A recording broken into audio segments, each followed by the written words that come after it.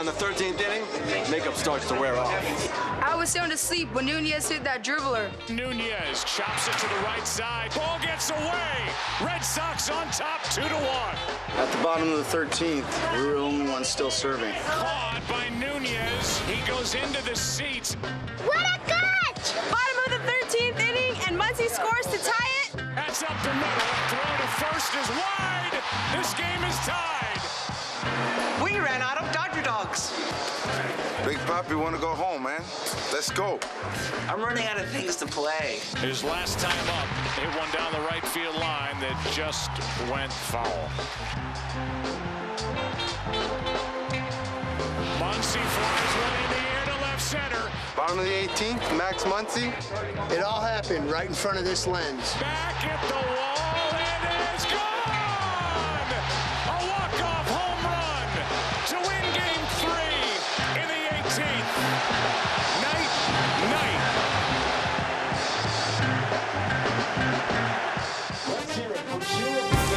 And welcome to the World Series presented by YouTube TV on Fox.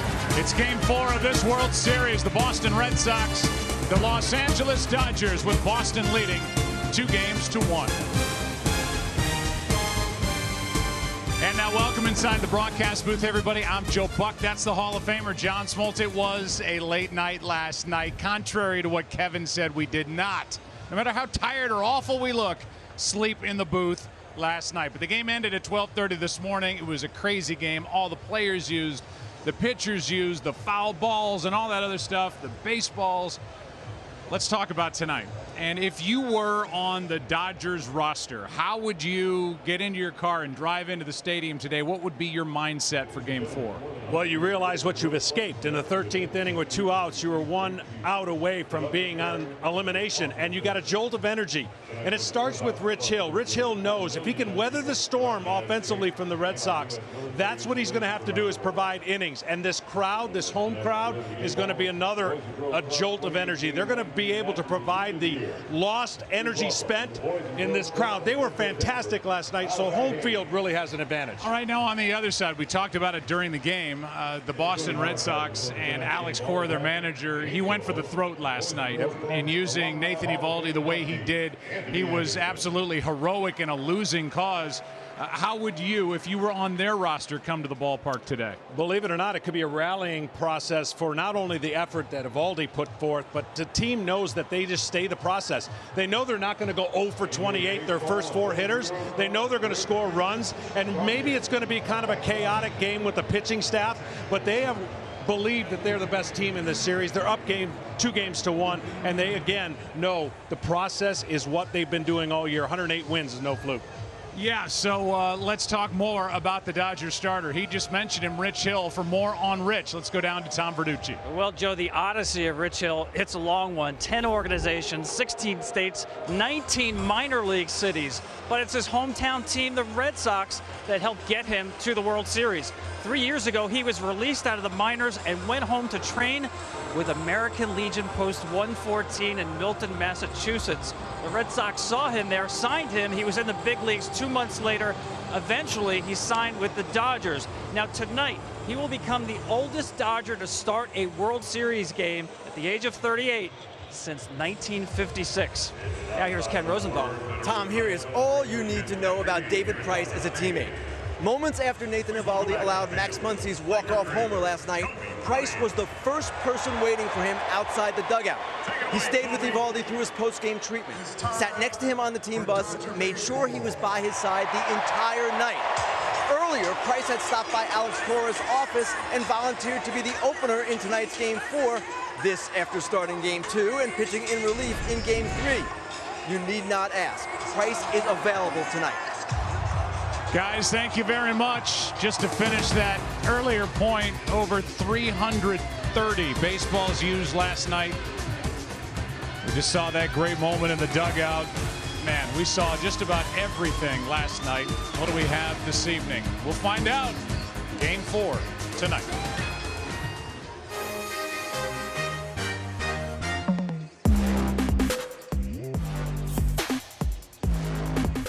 TV, watch like a fan. Try it free. Well, what's the weather tonight for game number 4 of this World Series? 74 degrees and clear. Glad you're with us tonight on Fox. Last night, all the statistics, all the numbers. I guess the only numbers that matter, 3-2 in this World Series, and that was the final last night at the end of 7 hours, 20 minutes, and a Dodger win on a Max Muncy home run. So here is Rich Hill, the 38-year-old, who is from Milton, Mass. And he misses up and away, ball 1. Mookie Betts first up. We'll give you the lineup here in a second. Betts, then Benintendi, and then Steve Pearce. The top 3 against the left-hander Rich Hill. That is on the inside corner, a ball and a strike. Yeah, for Rich Hill, of course, he'd love to have economy, meaning he'd love to get outs quickly and give some innings for the Dodgers tonight. Breaking ball is a good one. But good luck with that with the Red Sox and the way that they approach opposing pitchers. They're not afraid to get deep. They're not afraid to get to 2 strikes. And then they go to work. Here's the 1-2 to Betts. Good rip.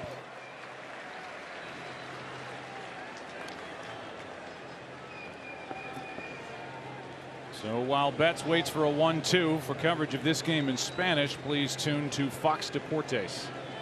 Rich Hill, as I said, 38, 4th round pick back in 2002 by the Cubs, came up in 05, and that started a long journey with many stops. That's foul. 3 different times he was with the Red Sox, and he credits his hometown team with really giving him the opportunity to reinvent himself multiple times. At one point he was a reliever, dropping down sidearm. He's been through elbow surgeries. He's now back over the top. Signed a deal with Oakland, was traded to the Dodgers in 2016. They re-upped. He starts his night with a strikeout. And Mookie Betts out number 1. So you know about him. Then Andrew Benintendi, the number 2 hitter, and Steve Pearce is the 3rd place hitter. JD Martinez in right field tonight. He started in left field last night. Xander Bogaerts. Eduardo Nunez was a key player in the late innings last night. Then Brock Holt, back-to-back starts. Christian Vasquez and Eduardo Rodriguez is the left-handed starter, batting 9th. Here's Benintendi. Strike 1 on a check swing foul. Well, both these pitchers have success with their fastball in the upper part of the strike zone. Rich Hill, one of the best since last year, and hitters only hitting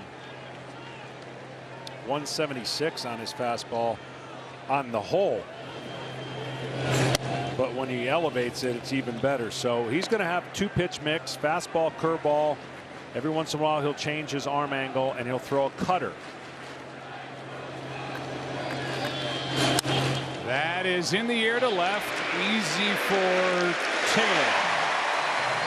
2 out. Well, Tom talked about it before first pitch, and how about a little more with Rich Hill. Born in Boston, attended Milton High School, just over 8 miles from Fenway Park. He spent 2010 through 2012 with the Red Sox organization, went to independent baseball, back with the Boston Red Sox. He was up and down over the years, and then it all clicked in at the end of that time. He went to the Oakland A's, really honed his craft as he fires a fastball at 92 for a strike, traded to the Dodgers. Part of the playoffs in 2016, obviously last year. And he makes his 3rd start of this postseason. A ball and a strike.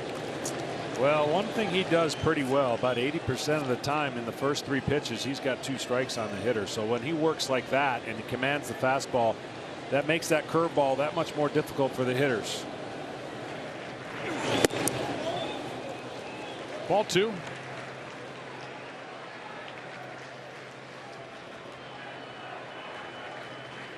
On deck, JD Martinez.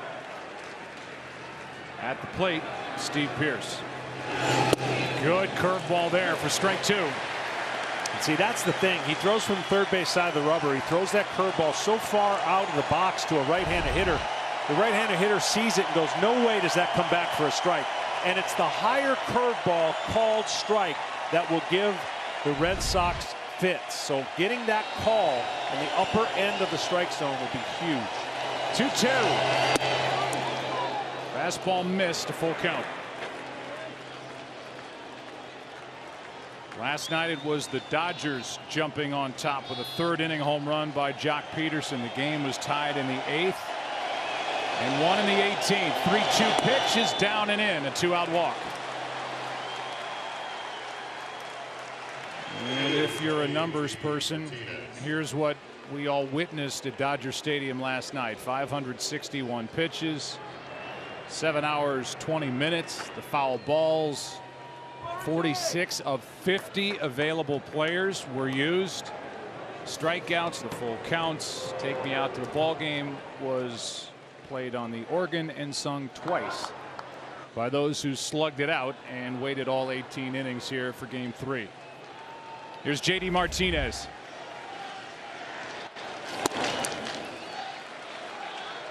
These two have hooked up in the past. Another matchup of starters who have not seen the opposing hitters too often.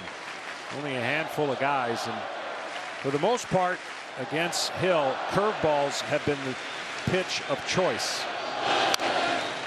In other words, most of his outs are going to come on curveballs off of Hill.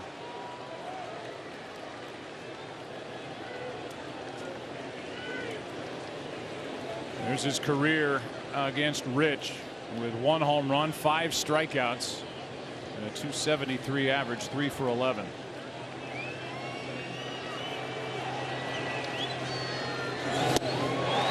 Fooled him there. 1 ball, 2 strikes.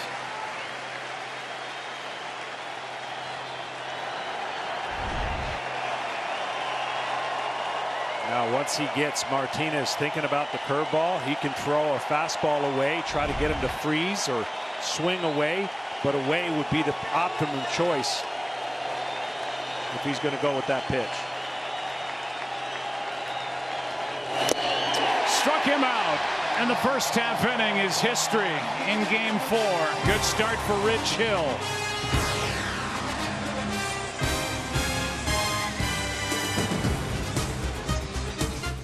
By Bank of America, the official bank of Major League Baseball, and by Chevy. Chevy has earned J.D. Power awards across cars, trucks, and SUVs. Little different look to the Dodger lineup, at least for the World Series. We've seen it before with against a left-hander, David Freese hitting the leadoff spot. He did it during the NLCS. Max Muncy, the hero last night, and Justin Turner in the middle. It's Manny Machado, Cody Bellinger, and Yasiel Puig. And the back end of the lineup, Chris Taylor, Austin Barnes, and the pitcher Rich Hill.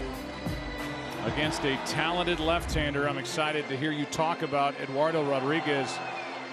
It is his first start, his 7th game. Good numbers for Rodriguez, who won 13 games, only lost 5 in the regular season.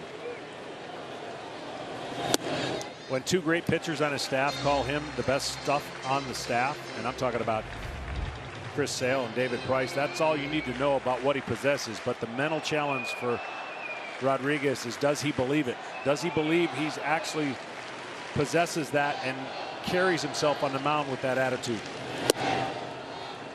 That splits the outside corner in the count. 1 ball, 1 strike on David Freese, 3 for 7 in this series. He has such smooth arm action. What I mean is he can get to the outside and inside part of the plate with his fastball. Great changeup, good cutter action, and he'll throw a slider every once in a while. 1-1 pitch. 94-mile-per-hour fastball for strike 2 from the lefty who worked in relief here last night. Got 1 batter in the 5th. Struck out Jock Peterson through 6 pitches and becomes the first pitcher since 1924 to start a World Series game after pitching in relief the previous day. Furpo Marbury of the Washington Senators. Here's the 1-2. Strikeout starts the night. 95 miles per hour from Rodriguez. 1 away. And that's the theme to watch tonight for the Dodgers hitters, because what has happened is the top of the zone strike above it, they've been exposed and swing and missing. Rodriguez, a 110 batting average against on pitches up. And so what their game plan is to try to make sure they can elevate the Dodgers, and the Dodgers are going to have to adjust. They have to be better at swinging up in the zone. Granted, when you're facing 100-mile-an-hour Eovaldi and Kimbrel, easier said than done. But tonight, it should be a little bit better off of Rodriguez. A great welcome from Max Muncy, who won the game last night with an opposite field home run off Nathan Eovaldi. Hit it into left center field and ended a 7-hour, 20-minute game, the longest in World Series history. By innings and by time. 1 ball, 1 strike. And you talked about it with Dave Roberts before the game. His manager, as you see the list that he joins, the latest World Series walk-off home runs. Alex Gonzalez in the 12th of Game 4 in 03. A shot by Carlton Fisk in Game 6 at Fenway in the 12th in 75. And then last night, Max Muncy sending everybody home. Here's a 1-1. The point that you made to Dave Roberts was that Muncy has looked, even though the numbers aren't great this postseason. You see the average 214. Like he's zeroing in on better pitches to hit and taking better swings. Yeah, at least from the onset, it was a tough go to this postseason. He had lost command of the strike zone, and looked like his eye, which was so good in the regular season, start expanding. He's getting closer. And I think that has to do with the ability to be in there in consecutive games. You know, in the previous series, it was such a roller coaster for these Dodger hitters, in one game, out the next, and never really got the rhythm of their lineup going. A right ankle sprain by Rodriguez cost him time. But he is here pitching in game number 4 of the World Series, and that's outside. Vasquez liked where Rodriguez delivered it. That's where he wanted it, and Muncy laid off. 2-2. That's that tight biting cutter, slider, whatever you want to call it. His freedom against left-handers, obviously a better look for Rodriguez.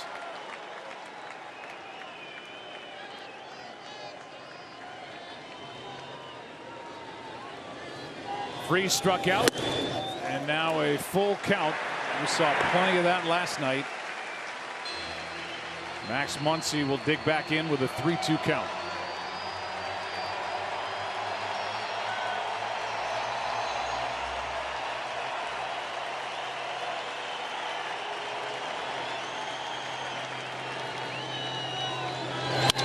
Hard hit right side, backhanded by Pierce to the bag for 2 outs in the first. With Turner coming up. Home plate umpire is Chad Fairchild. These guys obviously a long night. The point you made is that they don't get to sit down and take a rest during basically 2 full games. As you see their faces, Jeff Nelson at first, Jim Reynolds at second, Field and Culbreth at third, Kerwin Danley in left, and there's Ted Barrett, who worked the plate last night in that marathon game. Here's Turner.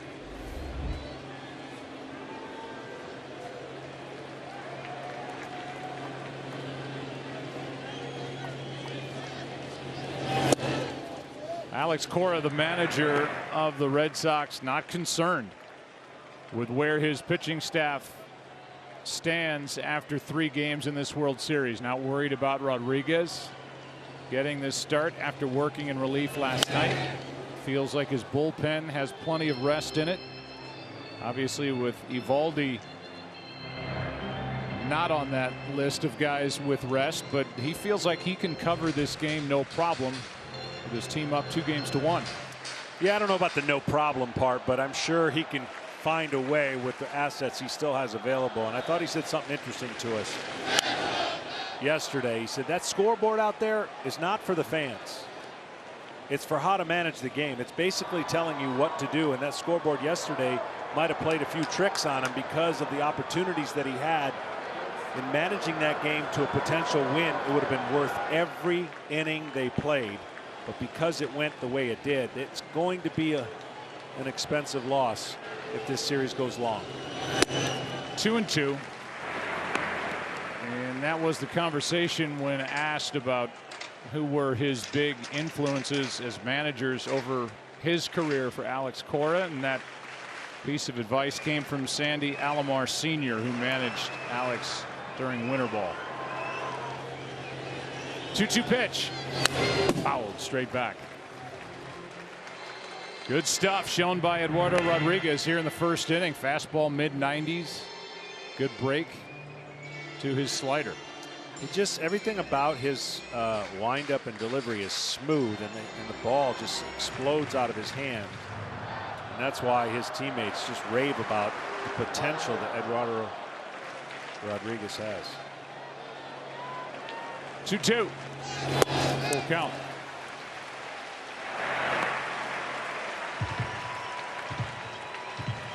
Found out this morning that he was starting,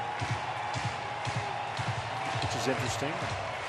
Less time to get anxious, I guess. Let him get a good night's sleep and then tell him when he wakes up. That's what Alex Cora did, and now his 3-2 pitch to Turner. A 2-out walk. And here's more on Rodriguez from Ken Rosenthal. Well, Joe, it's so interesting Rodriguez is starting this game, considering that he has frustrated the Red Sox on multiple occasions in recent weeks. AL East clincher against the Yankees, he walked 7 in 3 2/3 innings, couldn't maintain his tempo, had poor body language. Also had a disappointing relief appearance against the Yankees the final weekend of the season. And then in Game 2 of the division series, he told the media he failed to cover first base in part because he had slipped on the mound, when in fact he had not slipped at all. Alex Cora told him, you need to be more accountable, and he'll certainly need to be accountable tonight. The left-hander started in the Orioles organization, traded to Boston in 2014, and here he is. And here's Machado. He takes a strike. You know, in that 18-inning game, it was amazing how many innings and just trends happened almost exactly the same. Here in the first, 2-out walk for each starter to start their frame.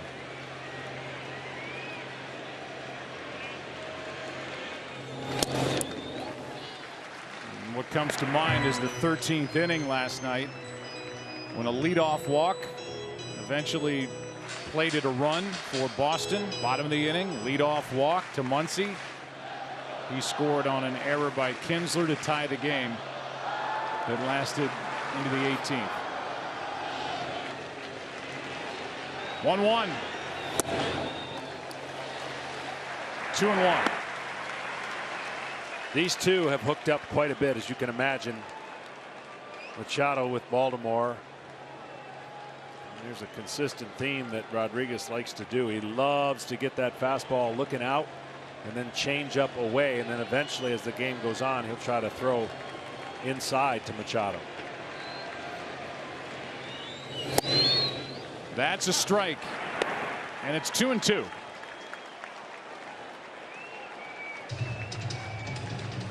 There are the numbers for Machado against Rodriguez. A couple of doubles, but just 6 for 33.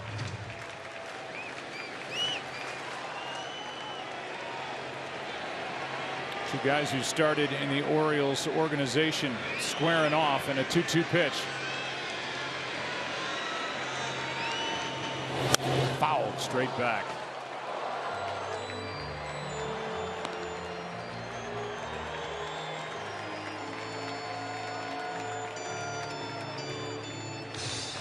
Machado's only hit last night came in the 6th inning with 2 out when he banged one off the left field wall, only to end up at first after not running down the line. Apologized for it after the fact. The 2-2 flied into right center. Betts to his left. Instead, it's Martinez to his right. And after one in Game 4, Boston and Los Angeles, no score.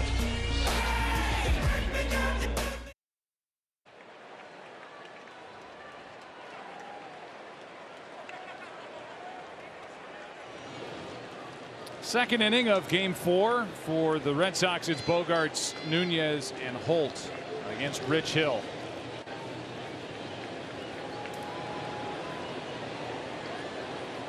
Fourteenth year in the big leagues for Hill. On again, off again, and first pitch swinging. Bogaerts hits it a mile high in the air. on the infield, and David Freese is there for the Dodgers. 1 out. Eduardo Nunez last night didn't enter the ball game until late. He was all over the place and all over the ground. Every time you looked up, if he was at the plate or in the field, he was flopping around. Made this catch. And that one. And eventually these fans who were, I think, all tired were tired of watching it, started booing him. Here is a strike from Rich Hill. A cute moment between Chris Woodward, the third base coach for the Dodgers, and Eduardo Nunez happened a moment ago. We'll play it for you here in the second. Good curveball. Strike 2. Well, if Rich Hill gets a chance to keep getting ahead with fastballs, he's going to throw fits to some of these Red Sox hitters, because that pitch right there, even if you're guessing it's coming, difficult to do much with it. Struck him out. 91 from Hill, and strikeout number 3. And here's Chris Woodward a moment ago. You get some ice? I got a shot. Huh? I got a shot. You sit in the tub? Shot. I told Nunez, I'm like, did you get some ice last night? Said he's falling all over the field. He hit the ground a few times. Oh my God. Over and over again. He hit the ground. He ended up in the seats. He was all over the place, but it was an important piece of the puzzle for the Red Sox as they just came up 1 run short. There's ball 1 outside to Brock Holt. Holt got the start and now gets another despite a lefty on the mound for LA. That misses. 2-0. Where Rich Hill can get a lot of outs will be similar to what Bogaerts did. He didn't want to get to the curveball, so a lot of these hitters might start choosing first pitch, second pitch fastballs to get on. That fastball catches the outside corner. In case you're wondering if there's great history for Brock Holt against Rich Hill, just 0 for 1 against the left-hander, but gets the start instead of Kinsler. Here's a 2-1. 3-1.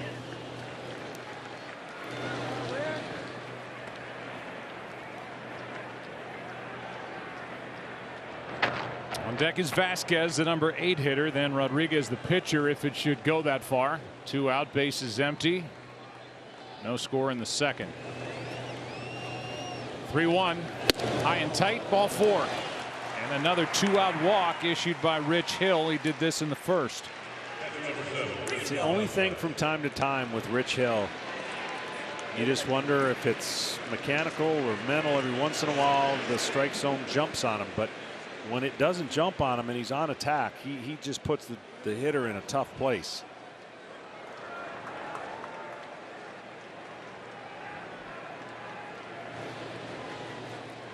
Rick Honeycutt, who's on his 4th manager with the Dodgers. His ball 1 is upstairs to Vasquez. 13th year for Honeycutt.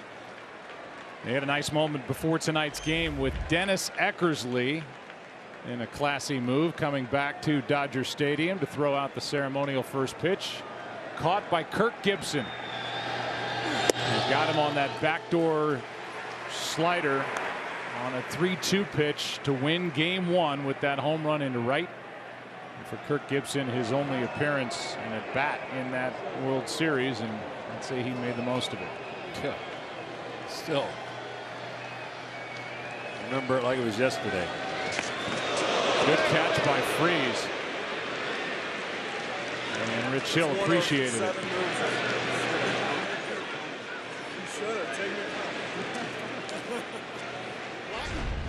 Now, the other thing these two starters are dealing with is not your prototypical pregame sleep pattern, meaning both were here way late in preparation for their next day's start. You like to get in bed and get that good night's sleep. And by the end of it, I mean, it wasn't totally out of the question that Rich Hill could have pitched at some point, the way that game was trending, and Eduardo Rodriguez did pitch.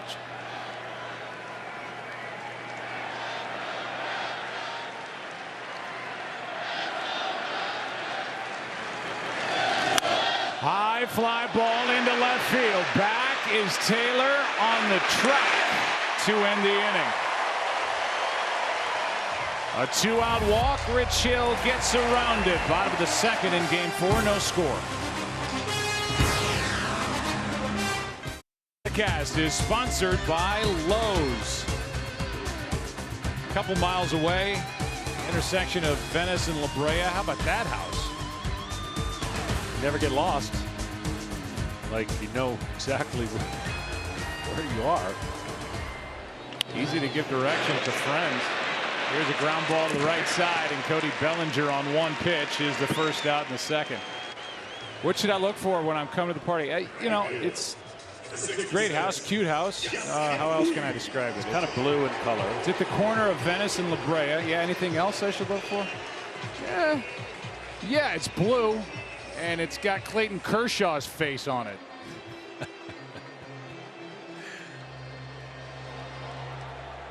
Fernando. Kershaw gets the ball tomorrow night. Chris Sale gets the ball for the Red Sox. At least at this point, everything's up in the air. Puig shows a bunt, takes a strike.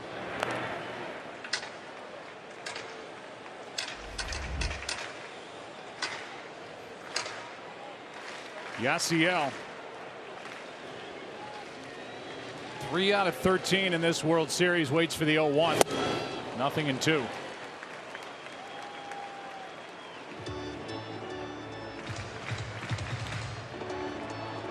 Sure, a lot of discussion from an offensive approach tonight.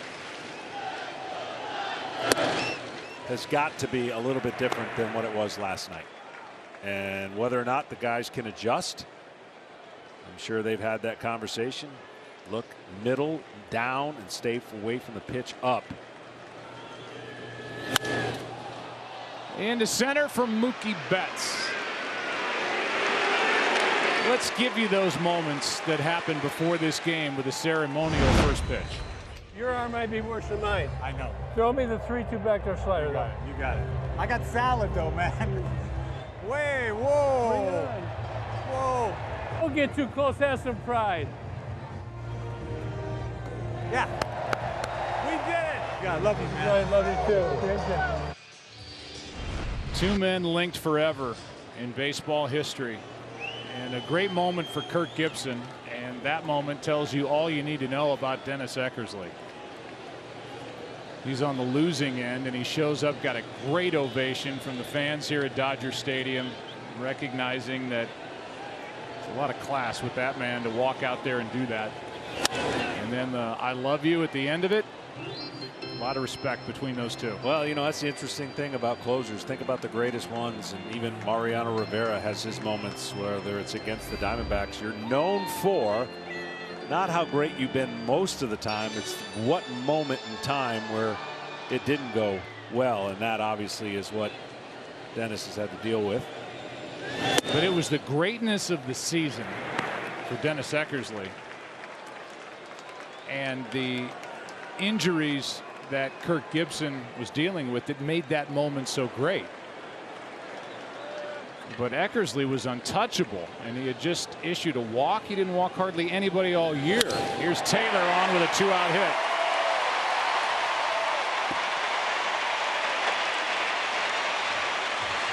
First base hit of the night. Let's go back in time.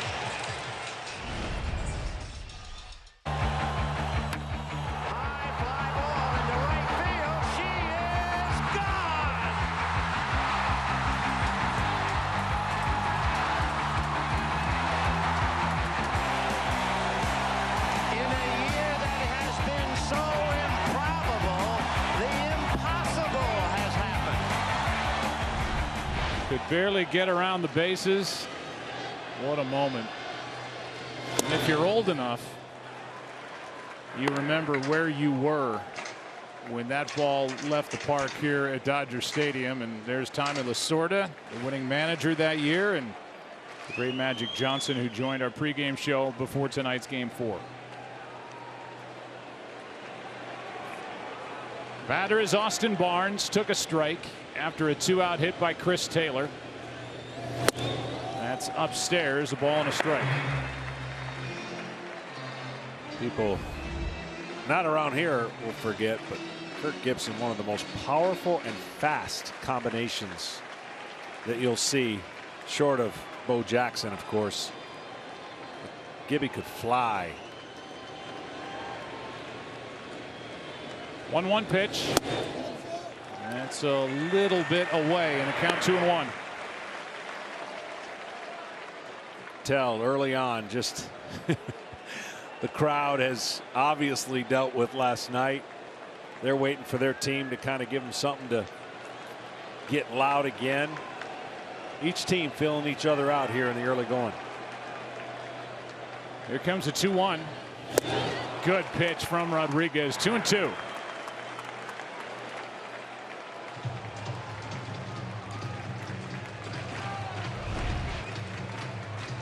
There's that nasty changeup. Comes out of the same arm angle as the fastball, and the ball just drops away from the right-handed hitters. And here comes a 2-2 pitch with a runner at first, 2 out. That's down the middle for strike 3, and the second strikeout for Rodriguez. And after 2 in game 4, no score. It's handing off big savings to you. And by YouTube TV. Watch like a fan. Try it free.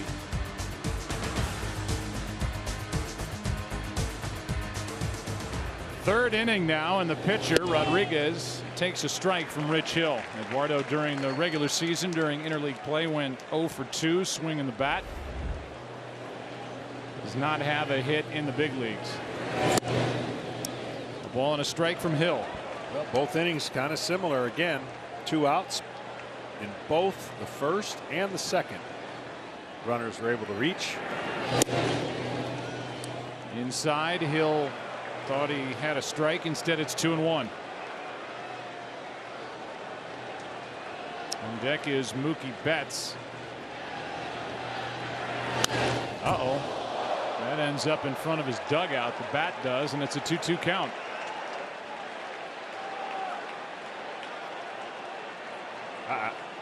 I'm trying to see how that's physically possible. The bat boy started to run it back and then kind of looked over at the on deck circle like, you want some pine tar? The answer is no. And everybody's on high alert. 2-2 the count. Oh, and now he gets hit.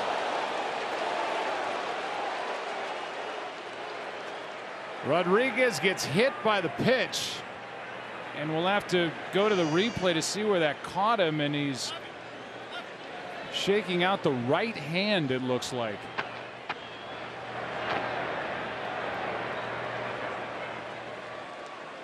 Got him on the near the right elbow. The left-handed pitcher, and here it is.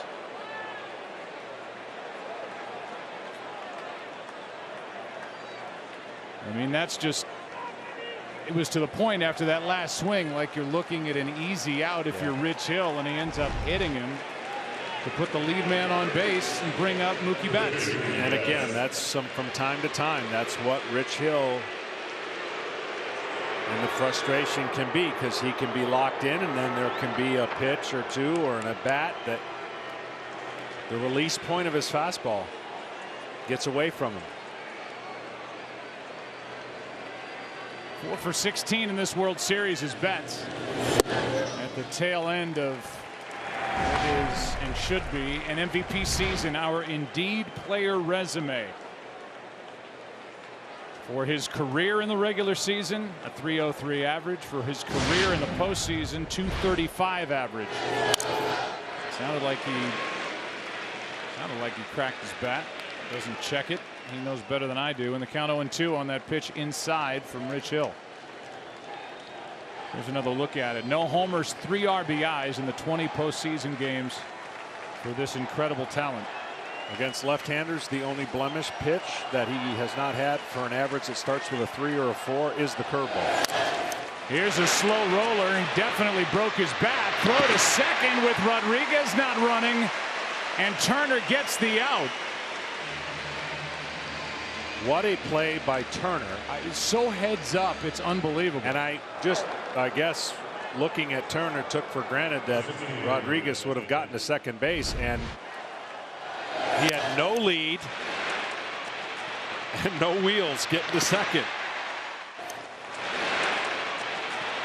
I mean, you got to be able to run better than that, don't you? Yeah.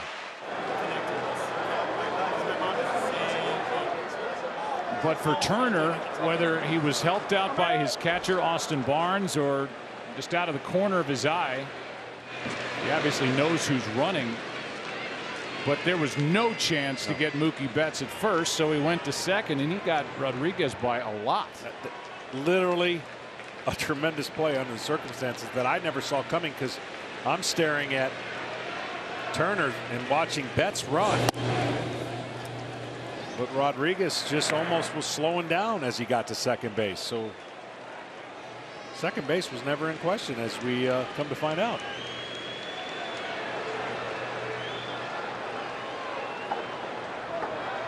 One on, one out. It's been an odd last few hours, at least with regard to game time here at Dodger Stadium.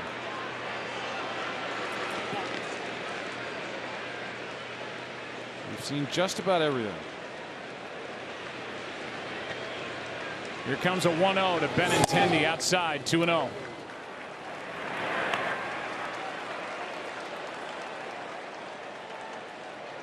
Andrew Fly to left. His first time up was not in the starting lineup last night, so a changeup in the second game here at Dodger Stadium by Alex Cora as he gets Benintendi's bat back in there. Left side. Who wants it? Machado.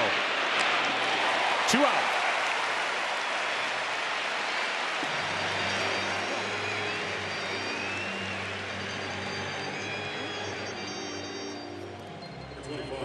That could have been, I mean, you know, you may look back on that play and think, oh, no big deal. That actually could be a big inning avoided by the Dodgers because the pitcher didn't run to second base. Here's Steve Pearce.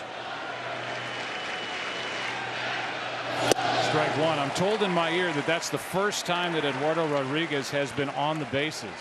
My question is, ever? I mean, at some point he's played baseball and, you know, has had to run 90 feet and at least make it close. As a check on the runner sends Betts back to the bag.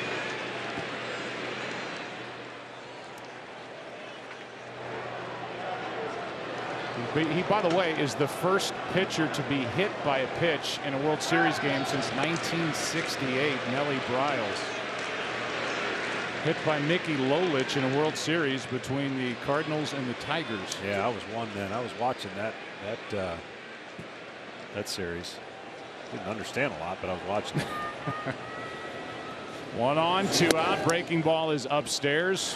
1 ball, 1 strike. We're told by our reporters down in the dugouts that the Dodger dugout all screaming out in the direction of Justin Turner. 2-2-2 to throw to second. That's huge. I mean, any help you can get, obviously, when a player is making a play in the moment, you try as a player, and you think every player would do this, and they don't. It doesn't come naturally, but you think about a million situations because it's a fast reaction sport. When the ball's hit to you, you got to know what to do. But in that instance, help was great. Here's a high fly ball into left. It'll play for Taylor. Rich Hill hits the pitcher to lead off the inning and lives to tell about it. After 2.5 in game 4, no score. Series presented by YouTube TV on Fox.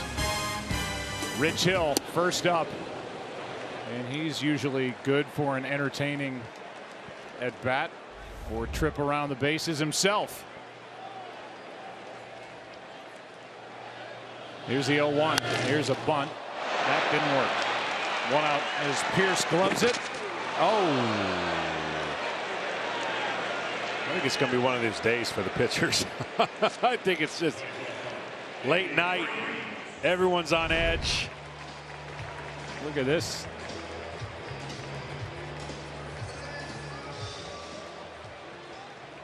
But smiling about it, and the Dodgers hope his ankle is okay. He came into the dugout hot after the top of this 3rd inning. Mad at whatever. As Freese fouls it away, strike 1.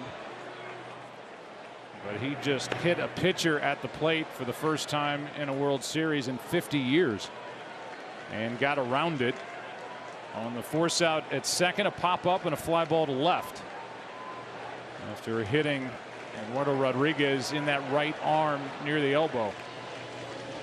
Freese struck out his first time. Here's the 0-1.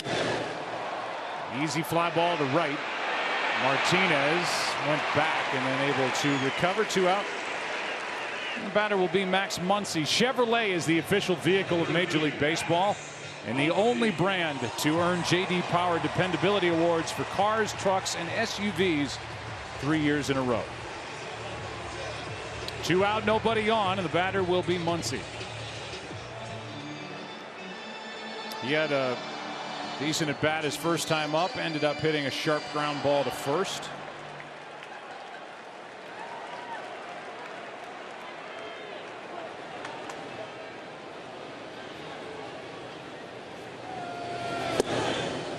Shortens up, takes the ball. Well, early on, both managers really not knowing how the start of the game would go and hoping that they could get some clean innings, easy decisions, and some innings pitched out of their starters. So far, so good. Rich Hill, 3 innings and 1 out away from 3 innings for Rodriguez. That's a strike, a ball and a strike. Yeah, I think Rodriguez looks good, and Rich Hill, even with that hit batsman, looks sharp. He hasn't allowed a hit and struck out 3. Who's going to break through tonight? Another good pitch from Rodriguez. Strike 2.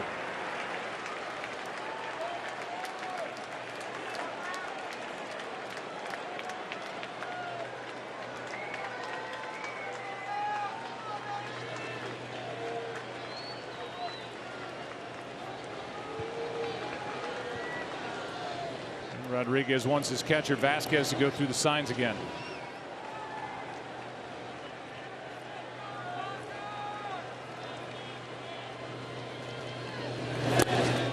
So the count's 2-2 here. Max last night had 5 full counts in his 8 plate appearances. He had another in the first inning in this game, game 4. He's had 16 full counts this postseason, 4 more than any other hitter. The difference early on in the postseason, he's still expanded the zone more than he's capable of, and he's starting to get a little more locked in on that area. Here's a 2-2. Fouled back. See, that's the kind of swing right there. You know, regular season, when you're more locked in, you don't swing at. He doesn't swing at. That was a ball up out of the zone.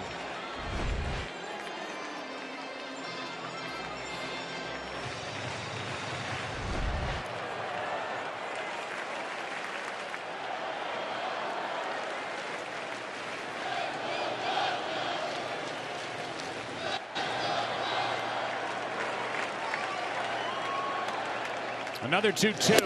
Another full count for Max Muncy.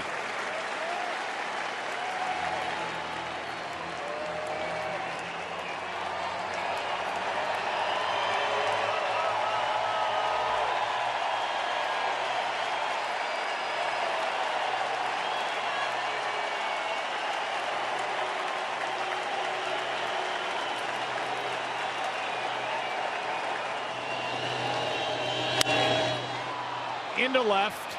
Benintendi to his right. Has it. And the inning is over. To the 4th we go. No score. And now let's look at how T-Mobile and Team Rubicon work together to help those affected by natural disasters. And by T-Mobile, whether you're home or away, T-Mobile has you covered. Blimp has been helpful and provides these beautiful shots. Our aerial coverage brought to you by State Farm. Last night, tonight, perfect night weather-wise, as Rich Hill gets the first pitch past the bat of J.D. Martinez, strike 1, mid-70s, crystal clear. Get down into the 60s before the end of the night. Red Sox bats have gone missing since the series has moved out here to LA. 8 hits, 2 runs over this last stretch of baseball as we play here in the 4th. 20+ innings for the top run producing team in the big leagues this year. They were the top hitting team. Really, any team category you want to go to as far as offensive statistics, they're at the top. Yeah, pretty impressive when you start digging in and seeing what this team did on the 162. But even more impressive is what they've done in the postseason to some great pitchers. Here's a 1-2. A strikeout of J.D. Martinez. Couldn't lay off the high fastball. That's 4 strikeouts for Rich Hill. 1 down and a pair of strikeouts for Martinez tomorrow. Great matchups, and it's a Fox NFL doubleheader. Starting with the Redskins and the Giants, then it's a big showdown on America's Game of the Week. Aaron Rodgers and the Packers take on Todd Gurley, Jared Goff, and the undefeated Rams. It's all on Fox and the Fox Sports app. Check local listings as Martinez couldn't lay off. See, the radar gun doesn't really tell the story for Rich Hill. He's got a big delivery and a long stride at a unique angle of which he throws across his body. So 91 looks like 97 upstairs, especially after you see the curveball that slows you down. There's a good breaking ball. A check swing, he went, and that's 2 quick strikes on Xander Bogaerts. And as a hitter, I'm not saying every hitter, you recognize velocity as your internal radar gun in your eyes, but you also recognize the last pitch and the location of the last pitch.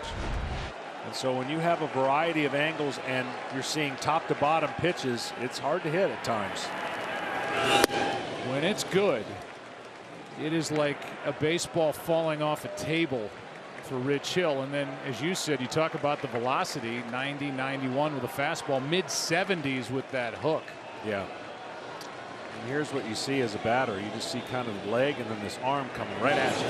Breaking ball, curveball, grounded. Muncy with a backhand. How about that play? I know he may have come up as a second baseman, but he's played a lot of first base, and that was no easy chance. 2 out. No, it wasn't. Positioned perfectly. Small little backhand move. And he made it look like he been out there his whole life. Talked to him during the NLCS and talked about second base. He said, I feel comfortable there. I feel like I am a second baseman as much as I am a first baseman. Good play there by Muncy, and with 2 out, nobody on, here's Eduardo Nunez. Strikeout victim his first time. Breaking ball, the curveball is fouled left side. One thing we've already seen in this series, Nunez likes the ball down more than he likes it up, especially off of left-handers. So this is a tougher matchup for him, especially with the high fastball that Rich Hill likes to throw, and then of course that big sweeping breaking ball. These are the kind of guys you don't want the breaking ball to almost bounce, because that's the one that Nunez seems to like to go after and hit.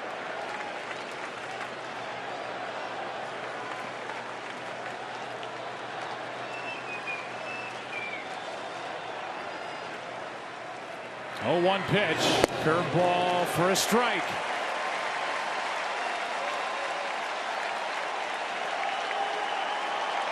That's the one you could tell the hitter, hey, by the way, I'm going to throw you a curveball. It's going to backdoor and catch the bottom part of the outside strike zone. Good luck. There's nothing they can do with it. You just tip your hat as a hitter. You want that curveball to come over the middle of the plate. Struck him out with a 91-mile-an-hour fastball, and Rich Hill is dealing tonight. Justin Turner will lead off for the Dodgers in the bottom of the 4th inning. So far, no score. We can't wait for June. We'll all be gone for the summer. We're on safari to stay. Tell the teacher we're surfing USA. Game number 4 goes into the bottom of the 4th inning, and our Budweiser game summary, a comparison of these two guys getting the start tonight, a pair of left-handers. So far, so very good for Eduardo Rodriguez and Rich Hill. Heart of the order for the Dodgers in the 4th inning, Turner, Machado, and Cody Bellinger. Red Sox lead 2-1.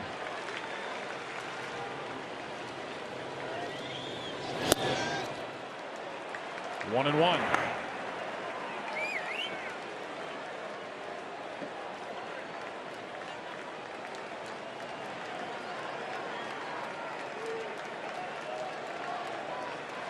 Turner walked with 2 out in the first.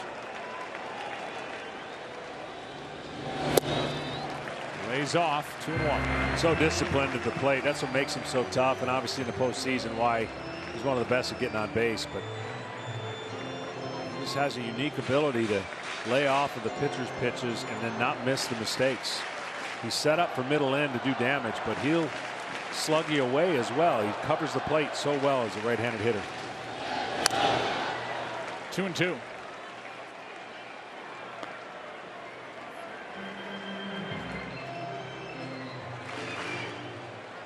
And a chip back. He's got that cupped end of his gamer, and a little chunk came out of it on that foul ball, so the count 2-2. Whose bats did you used to steal back in your day? You know, I was a big fan of Chipper Jones's bat. One of the biggest. Primarily for bunting, more surface area for me to bunt, but occasionally if I ran up against an average fastball type pitcher, that's when I look to launch with fastball, you know, try to hit homers. Here's a little fly ball to right for a base hit, and the leadoff man is on for the first time for the Dodgers tonight. Yeah, that's something we didn't say a lot last night in the 18 innings. Not too many leadoff hitters got on, didn't create that kind of ultimate stress for the pitcher. Anytime somebody gets on in the postseason, it's a rally, but when you get the leadoff hitter on, you really think it's a rally. And for each club, particularly the Dodgers, they rely on extra base hits and homers more than they do speed.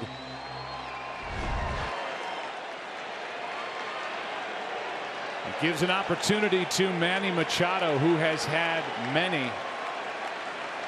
He's left 31 runners on this postseason. Has 12 RBIs, 3 home runs. Ball 1. You know, so hard to do, but you just think for a hitter, especially if it was in the regular season, if he went right center and stayed on the ball, that's usually what gets hitters locked in. But when you're trying to launch or trying to get a pitch that you can drive in the gap left field side, that's the ones you tendency to pull off or overswing, expand the zone. Well, he had a rip there and fouled it back. 1 ball, 1 strike after a 93-mile-an-hour fastball from Rodriguez.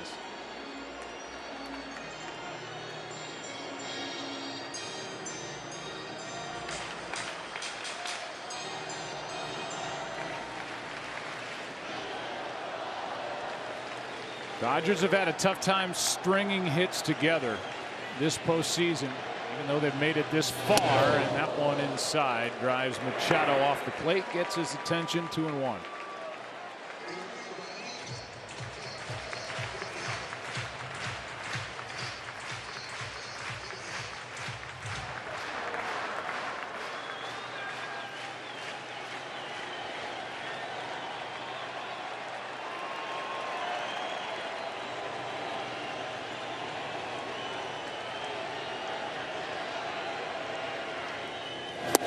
Good pitch from Rodriguez. 2-2. And see, that's the perfect pitch for when you're trying to pull the ball. There's no way to stay on that pitch as a hitter, but if you're thinking right center, center, right center, you got a better chance, even as nasty as that pitch is. But Machado wants, he's been known when he first got called up, those gap power doubles have now turned into light tower power.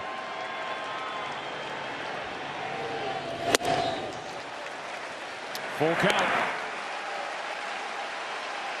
Justin Turner talks to his first base coach, George Lombard. We'll see what the Dodgers want to do, if they want any action on the bases or if they want quiet with Machado at the plate. Yeah, the only reason you run here is you have ultimate confidence in the guy at the plate that he will not be bothered by the runner and expand the zone and swing at a ball. Because typically you're not going to get a great jump against a left-hander. You're going to wait till he goes home, send the runner in motion, and then trust the hitter will do the rest.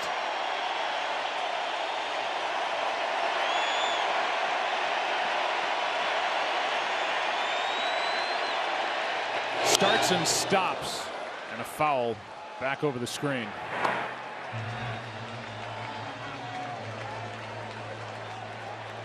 Rodriguez has handled this moment well. To this point, the 25-year-old making his first start.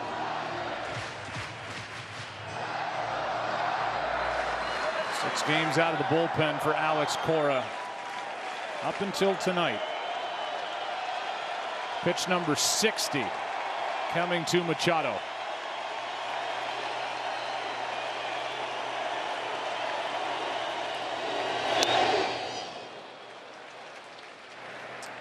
It's interesting being left-handed and really having similar type stuff as his teammates. He's got a lot of film he can look at, from Chris Sale to David Price, and certainly pick their brains because they have been working with him all year, trying to get him to go to that next level. And you know, that's easier said than done. When you click yourself and believe in yourself, that's when you go to the next level and trust the stuff you have is so good.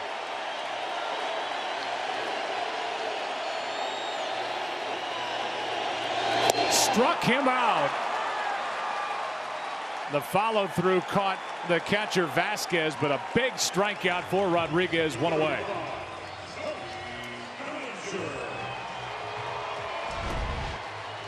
Classic changeup, and because it's even in the middle of the plate, the arm speed and the change of velocity is the reason why the hitter doesn't make contact. Even though it wasn't perfectly located, it was the best change of speeds.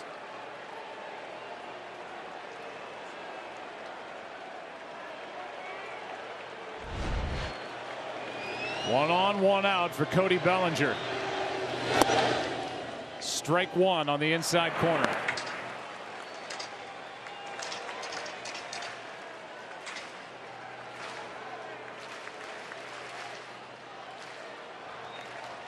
Bellinger made that huge defensive play in the 10th inning last night.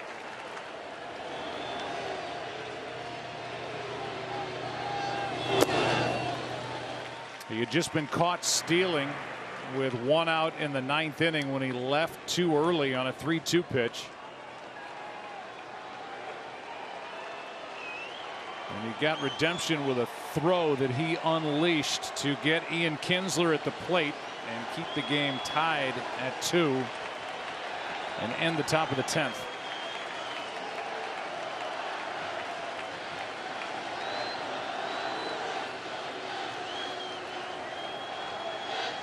Still looking to get clicked in with a bat. 1 for 10 coming in, now 1 for 11. Grounded out to first his first time up.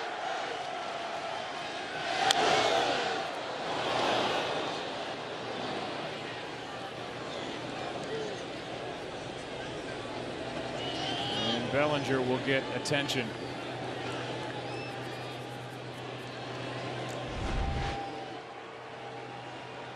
I mean, that right there is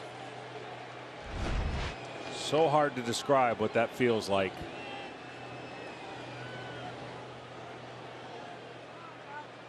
Here's that throw from last night. StatCast AI is powered by Amazon Web Services. And a good tag by Barnes on the back end. Well, the key was it didn't have to be absolutely perfect as far as directionally, as long as it didn't create a short hop. He got it there on in the air. You saw the distance, 249 feet. And that was after a throw earlier to third base that was offline.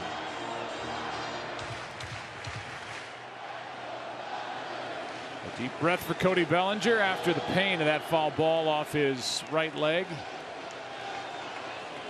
Caught him up high below the knee, above the ankle. 1-2. 2-2.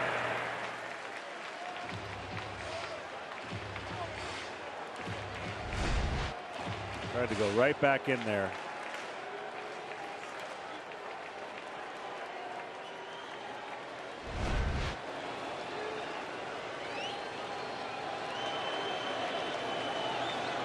One on, one out after a leadoff hit by Turner. Foul tip hung on to by Vasquez and a strikeout, 2 down.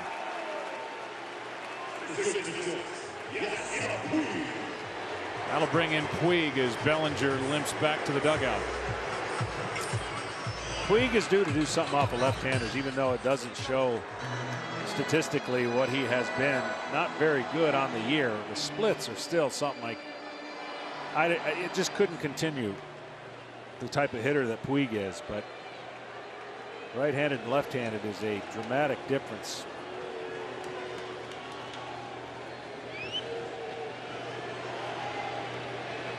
Puig pops it up on the first pitch. And game number 4 is scoreless through 4. Red Sox will have the bottom 3 in their lineup coming up, and we'll return after this from your local Fox station. Youth of the Year, Malachi Haynes, delivered the game ball prior to the start of game 4. Actor Anthony Anderson, a member of Boys and Girls Clubs of America's Alumni Hall of Fame, a part of the ceremony. Each year, MLB and Boys and Girls Clubs work together to create unique opportunities for more than 4 million children and teens worldwide. Find out how you can help. Go to bgca.org. Here's Brock Holt, took a strike. And we're underway in the 5th inning of a scoreless game. Slowly hit to second as Muncy makes the play. 1 out.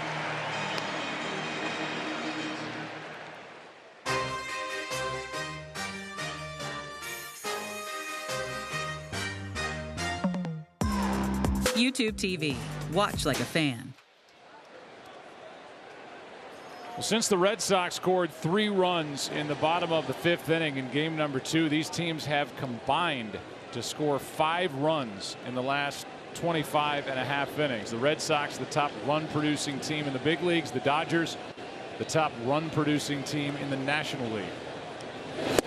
Yeah, it's been pretty amazing to watch some of these at bats. And now, you know, some of the guys are dinged up, and it is what it is. But the game planning for each side has been, got to say, perfectly executed to quiet their offenses.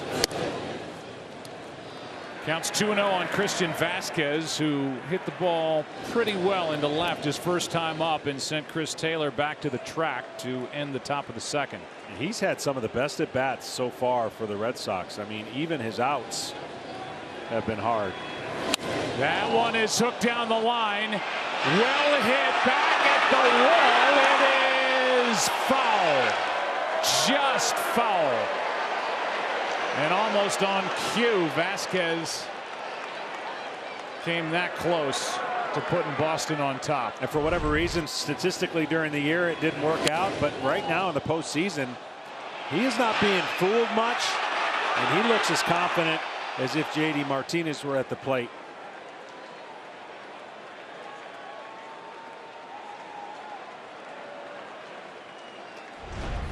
Well, Rich Hill's from Boston. It's like Carlton Fisk pleading with a baseball. He was trying to keep it fair. Hill was trying to push it foul. 2-2 the count. 1 out, nobody on, and a breaking ball, base hit into left.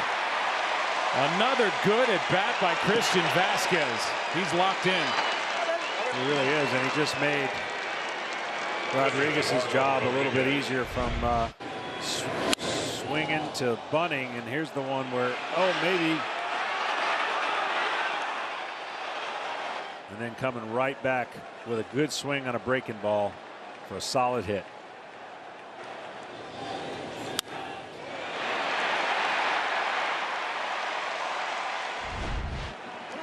let's see what happens here with this combination. Vasquez, who doesn't run all that well, over at first, and Eduardo Rodriguez, who at least hasn't shown that he can run all that well at the plate, trying to bunt. Strike one as he backs out of there on a strike. And I'm going to say the bat's not one of his favorite things to be around, so bunting may not be that easy for him either. High fastball, kind of belt high, would be the pitch to get Rodriguez to pop it up. I mean, here you want him to bunt it if you're Rich Hill. So try to throw a high fastball in the middle of the zone. You got Turner crashing. You're not really worried about at least him taking the bat back and slugging it. One sacrifice bunt in the big league career for Rodriguez came in 2015, and now the count 2-1.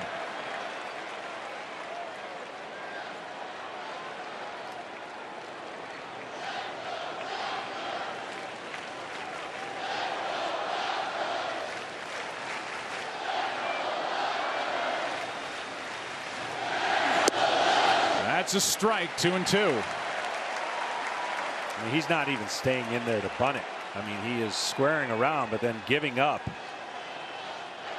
So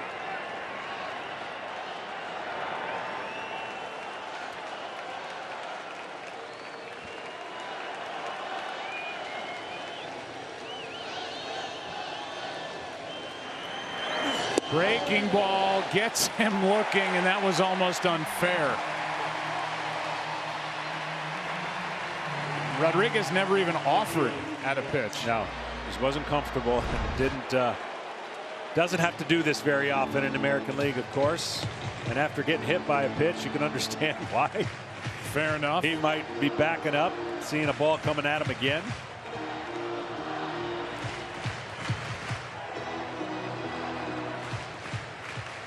Okay, I'll just go back over and sit down.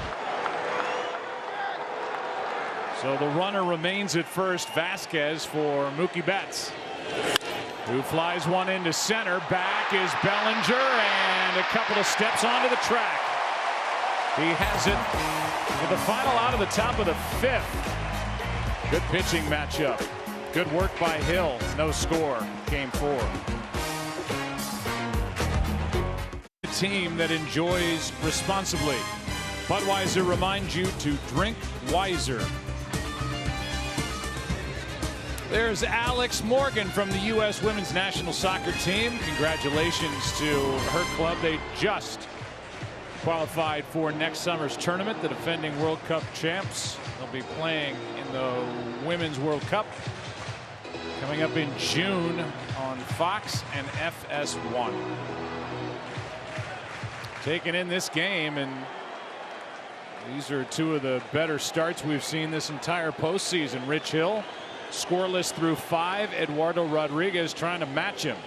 Bottom 3 in the lineup as Taylor takes a strike on a perfect pitch outside corner. Yeah, the question is going to be like we saw yesterday. Porcello was dealing as well. He had one mistake, but was taken out 4 2/3 of what I thought an in control effort for the starting pitcher. And he was relieved in favor of the man on the mound, Eduardo Rodriguez, who threw 6 pitches and struck out Jock Peterson. Then watch the rest of that night unfold with the rest of us and gets the start tonight. He has been great on the mound. Joe Kelly is, as we speak, getting loose probably for the top of the lineup if there's runners on base in this inning. 2 balls and a strike on Taylor, who has one of 2 Dodger hits. Hit by Vasquez at the top of this inning, their first hit to go along with a hit batsman and 2 walks.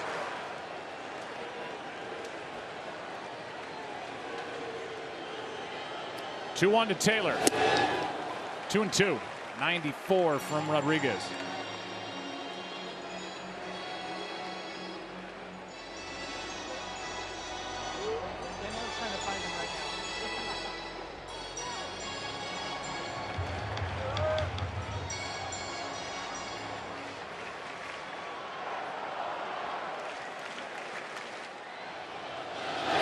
Taylor takes strike 3 over the inside corner, 1 away.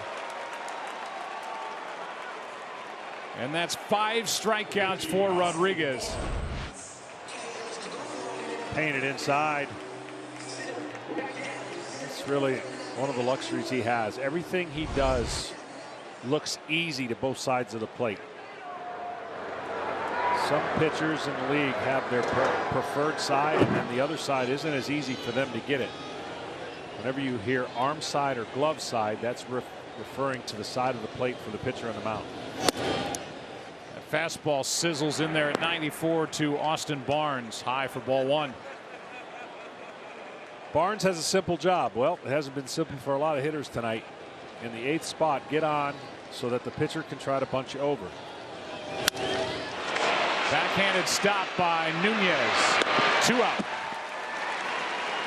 Hill coming up.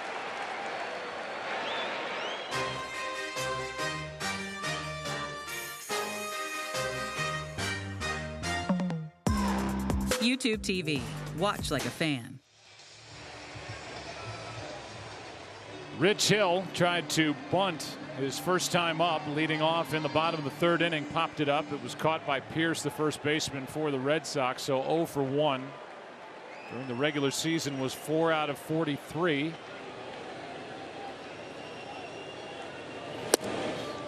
Takes the ball. Got a bunch of different stance he'll go to. This is his I'm going to swing hard stance right here. Just kind of lull you to sleep. I'm not doing anything. I'm not doing anything. And then unleash like that.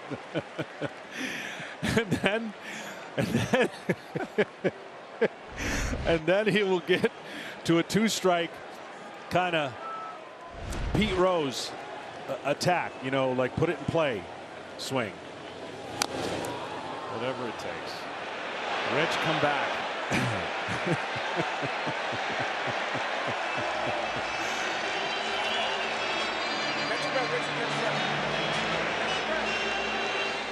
He tried. So here we go. Now watch. Fouled it straight back and just sprinted. He doesn't know where it is, so he's not going to take for granted. He thinks it might be perfect. Here's the squat down, fight it, try to make contact.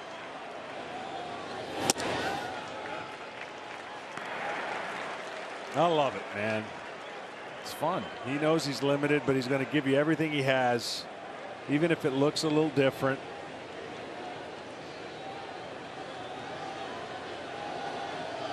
And here's his fight mode. We could maybe more Ichiro, you know.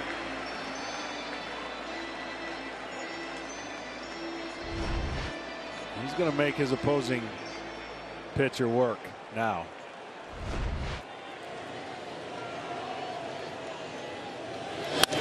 Rounds it left side. Nunez gathers it in. And Rich Hill pumping all the way down the first baseline is out.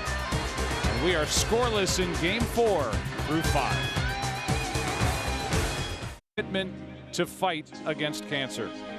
For 10 years, Major League Baseball, its fans, players, and coaches have delivered a powerful, determined message that we, together, will defeat cancer.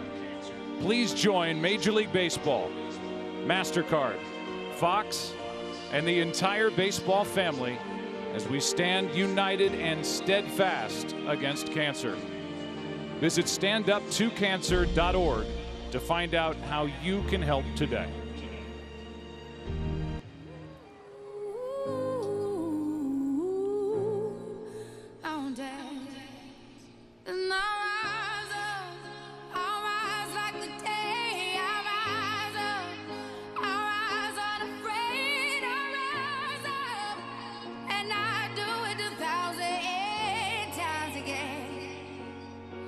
And I rise up, I like the waves, I rise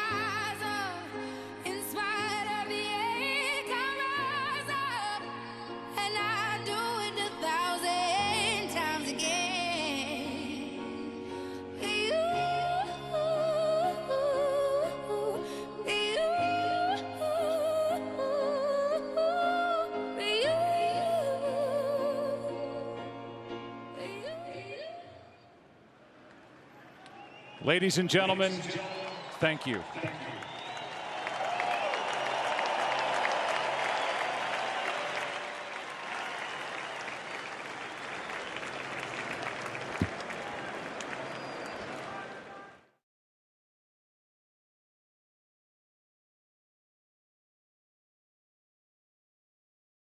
I'll run into Taco Bell on Thursday, November 1st from 2 to 6 p.m. to score your free Doritos Locos Tacos. And by Indeed, the world's #1 job site. Prior to tonight's game, Mariano Rivera, Trevor Hoffman, Doug Elliott, and Kathy Bromwich of the Hartford recognized the winners of the 2018 Reliever of the Year Award. Edwin Diaz of the Mariners is the American League recipient, and Josh Hader of the Milwaukee Brewers is the NL recipient.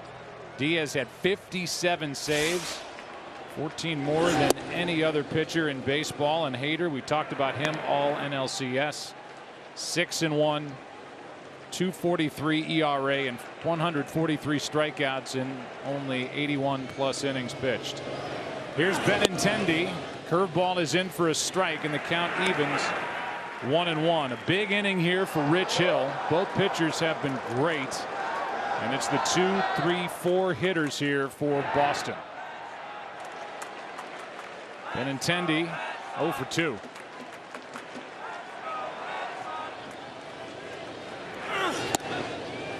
Two and 1.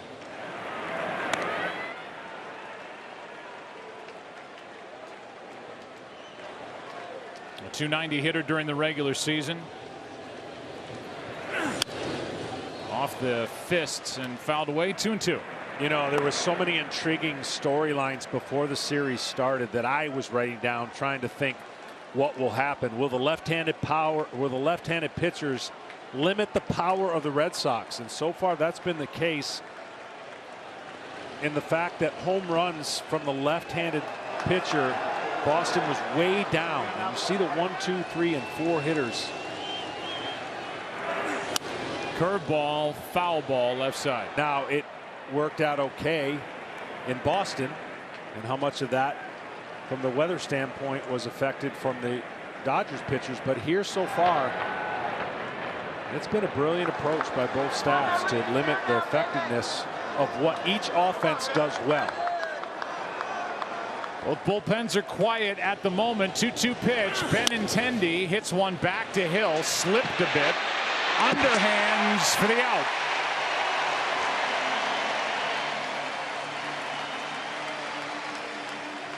One down to start the 6th inning. So here's how you make 2 pitches look like 6 pitches. He will have this. The longer he pitches, he'll create different angles.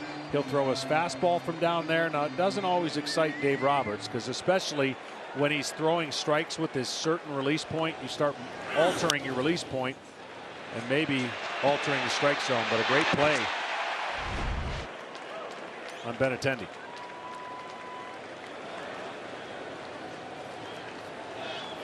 We'll bring in Steve Pearce, the number 3 hitter. 0 for 1 with a walk, and he's flied out.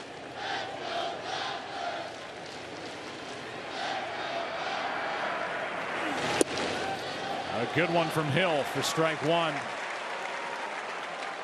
Tom, give us more on where Hill starts his effort toward the plate. Yeah, he starts on that third base side of the rubber. You see him getting position right there. When he was out of baseball, Joe, throwing BP with the American Legion post 114, he actually had pitched from the first base side of the rubber.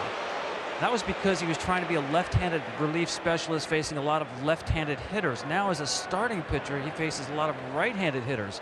And it was Jared Porter, the scout for the Red Sox, who said, hey, Rich, maybe you should move to the third base side of the rubber.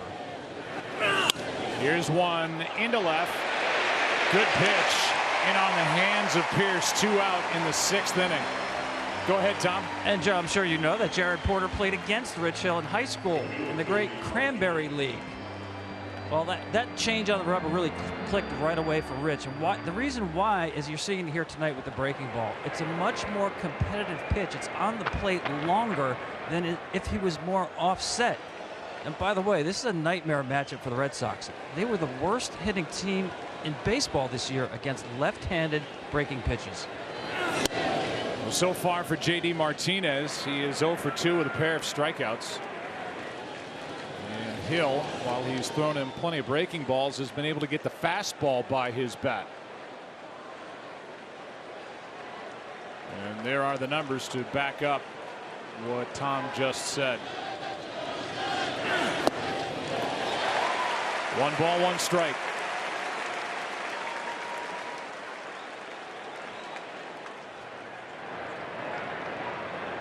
I've noticed that JD definitely looks like a different hitter since rolling the ankle, and that's not, and he will not say that's part of any reason at all, but you can just tell. Broken bat and a soft liner to end the inning. Rich Hill has allowed 1 hit and no runs through 6.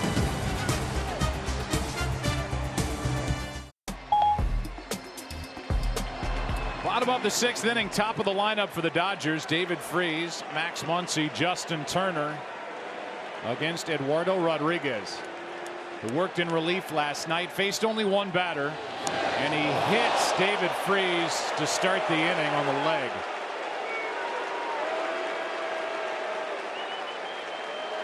And he's trying to shake it off.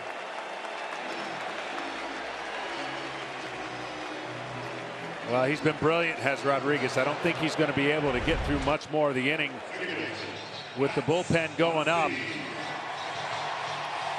And, of course, with Turner coming up, I think this is his last hitter. We're going to get a pinch runner. Kike Hernandez will come off the bench and run, and then the Dodgers can improve their defense in the 7th. That'll move the guy who's about to dig in, Max Muncy, back to first base defensively. No one has reached second base tonight. That's amazing. It really is. And actually perfect timing for both clubs whose bullpens are a little exhausted. I always get a kick out of a guy getting hit in the clubhouse or the dugout. Everyone's always yelling, "Hey, way to go. We got ice. Way to go. We got ice." Yeah, you take one up there and see. But he gets on base. Anything that can get the Dodgers offense going will be fine with Dave Roberts. And with David Freese as well. Matt Barnes, a right-hander, getting loose. As John said, Justin Turner, the right-handed hitter in the on-deck circle. Right now it's Muncy. 0 for 2.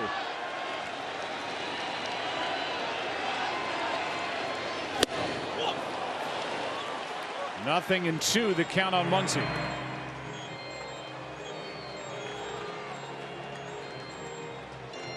Regardless of what happens in this inning, Rodriguez needs to take this start and magnify it for the future, because this is how good he can be on a daily basis, and this is what his teammates have been trying to tell him throughout the season.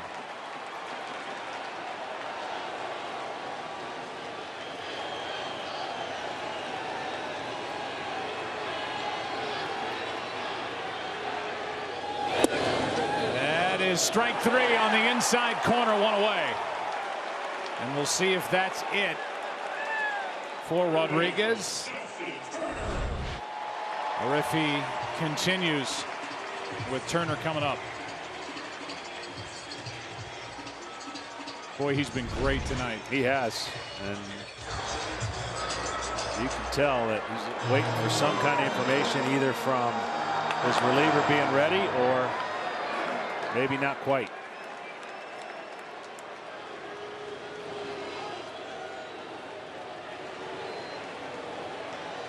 So Cora stays in the dugout. Rodriguez stays on the mound. Turner 1 for 1 with a walk and a single. Strike 1.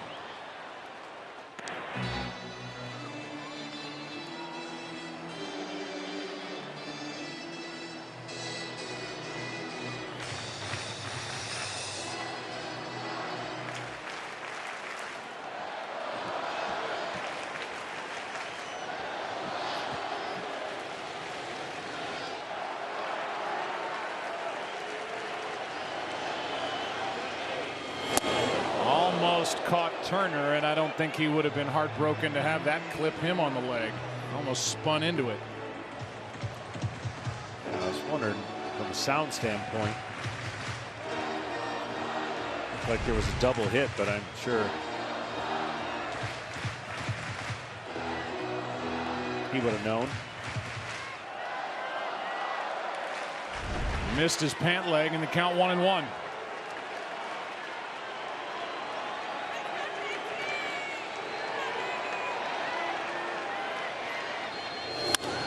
That is a fair ball down the line. Hernandez will dig for third. Turner into second with a double here in the 6th.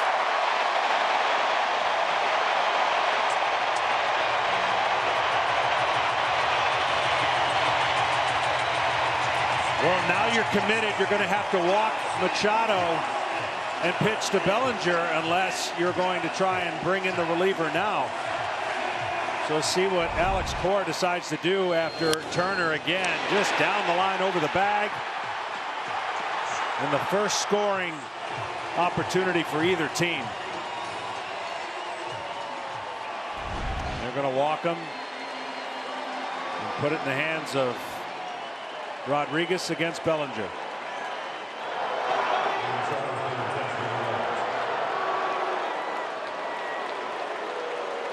Now here's where it gets interesting. He's made tremendous pitches inside to Bellinger, but now the bases are loaded. And can you have the confidence to make those same kind of pitches? Dana Lavangi, the pitching coach, jogs out to talk. Last night, we played 18 innings. There were a total of 11 at-bats with runners in scoring position. This is the first opportunity here in Game 4 for either side. And it's the double by Turner that leads to the intentional walk to Machado to load the bases with 1 out for Cody Bellinger. And for Cody Bellinger, depending on where the defense is, a ground ball is not the end of the world. He's so fast that unless he hits a rocket, he can beat out a double play. So contact here is essential. And they're going to play the infield back. So any ground ball to short or second would be hard pressed to turn based on the speed of Bellinger. Everybody loses sight of that. When the hitter comes up to the plate, he's thinking, I can break this open. I can hit a gap or a homer. And when the score is 0-0, you really need to take the lead. From the windup. Ground ball to first. Pierce to the plate. Out. Throw to first. Gets away. Down the line. Turner to the plate to score. And the Dodgers strike first. Going to third. Machado. Safe. 1-0 LA.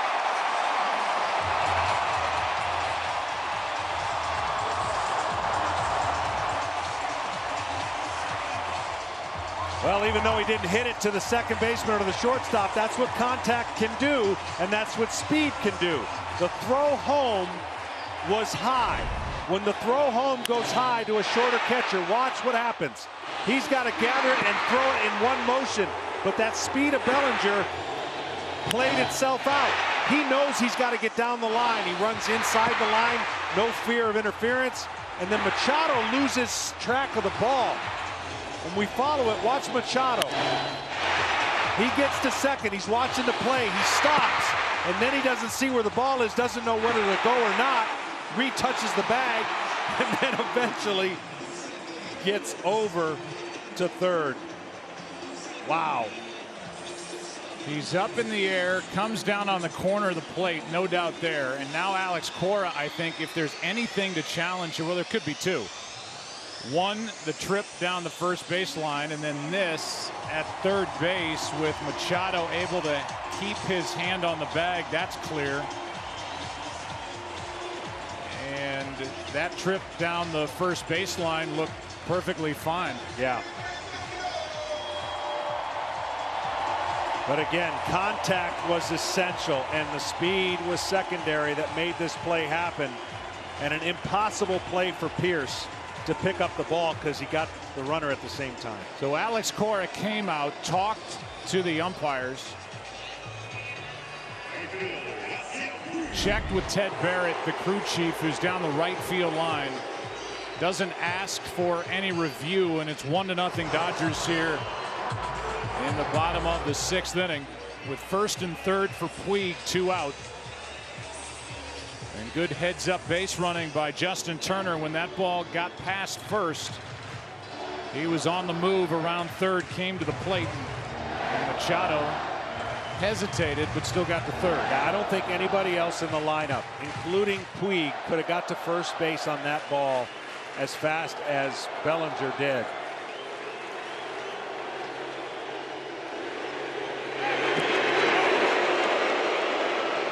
It goes down as a fielder's choice, 3-2 on the out at the plate. Then an error on Vasquez on the throw, no RBI. But Bellinger doesn't care about that. By putting the bat on the ball and busting it down the line, he's put the Dodgers on top.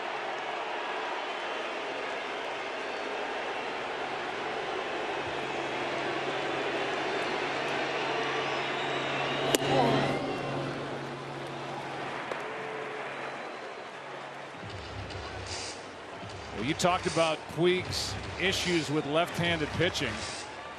You've got a right-hander, Barnes, ready to go. But look at this season. Hit .212 against lefties. That's why Rodriguez is still out there with the right-handed batter at the plate. And Barnes is in the bullpen. The 0-1. And it's the first time all series in the postseason that the opposing manager has not made that move. Because it just looks like you should make that move, but then when you dive into the numbers, you really shouldn't. But it's the optics of it that a lot of managers fall into, thinking, well, I got a right-hander warming up, I got to bring him in. First and third, 2 out, a run home for the Dodgers. 1-1 pitch is high, 2-1. However, this turns out for Eduardo Rodriguez. He's been so impressive tonight. The 25-year-old left-hander. He got the ground ball off the bat of Bellinger in the tight spot. But the Red Sox just couldn't turn the double play. Yeah, we've gotten into an era where now the first question everybody's going to ask Alex Cora after the game is, you had guys up in the pen, why didn't you bring him in for Turner?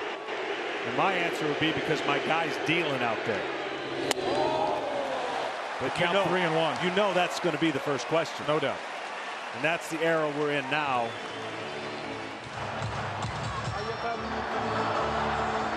Well, last night Dave Roberts didn't manage by the numbers book. His eyes told him to keep Walker Buehler in the game, and he gave him 7 shutout innings on 2 hits. With his highest pitch count of the season, well over 100. Here comes a 3-1. Puig launches left field. Goodbye. 4-0 Dodgers in the 6th. He just got a left-hander.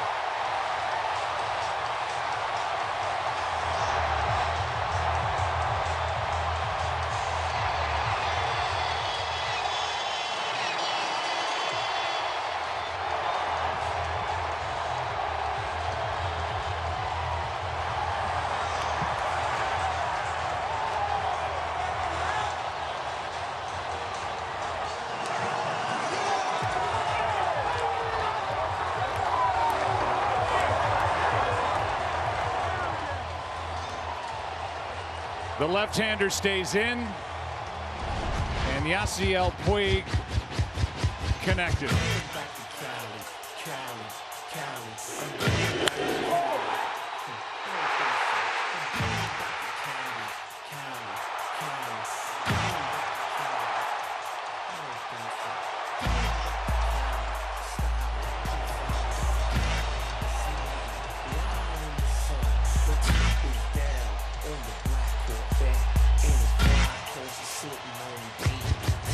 Puig with the 3-run shot in Game 7 in Milwaukee in the 6th off Jeffress.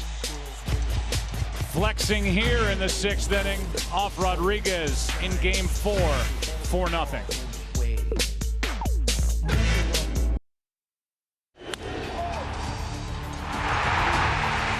The reaction by Rodriguez, who pitched his heart out here tonight. You couldn't watch Yasiel go around the bases way up into the seats and left. And a curtain call for number 66 with a 3-run shot to make it 4-0 here in the 6th inning. As Barnes takes over, and again, if you go by the book and you go by the stats, they showed the splits of Yasiel Puig against left-handed pitching as opposed to right-handed pitching. That'll be the reason why. But Yasiel Puig threw the book right out of the window. Well, from a mismatch of 2-out runs early in this World Series, those 2-out 3 runs right there for the Dodgers and this fan base after what they went through last night, and for Dave Roberts, a welcomed offensive explosion, if you will. 4 runs, and his starter, Rich Hill, has been fantastic. Here's a 2-0 pitch to Taylor. Up and away from Barnes, 3-0. Saw that kid who caught the home run ball way up in the left field seats.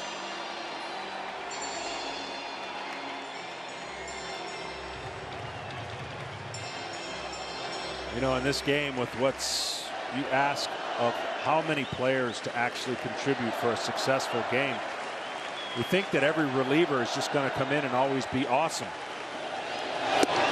The point is, you having to use so many guys last night that it was important to get as many innings you could out of the starters. And fatigue comes in, no matter if it's at the end of the year or not, and your adrenaline kicks you in. It's just hard for every reliever to come in and be perfect.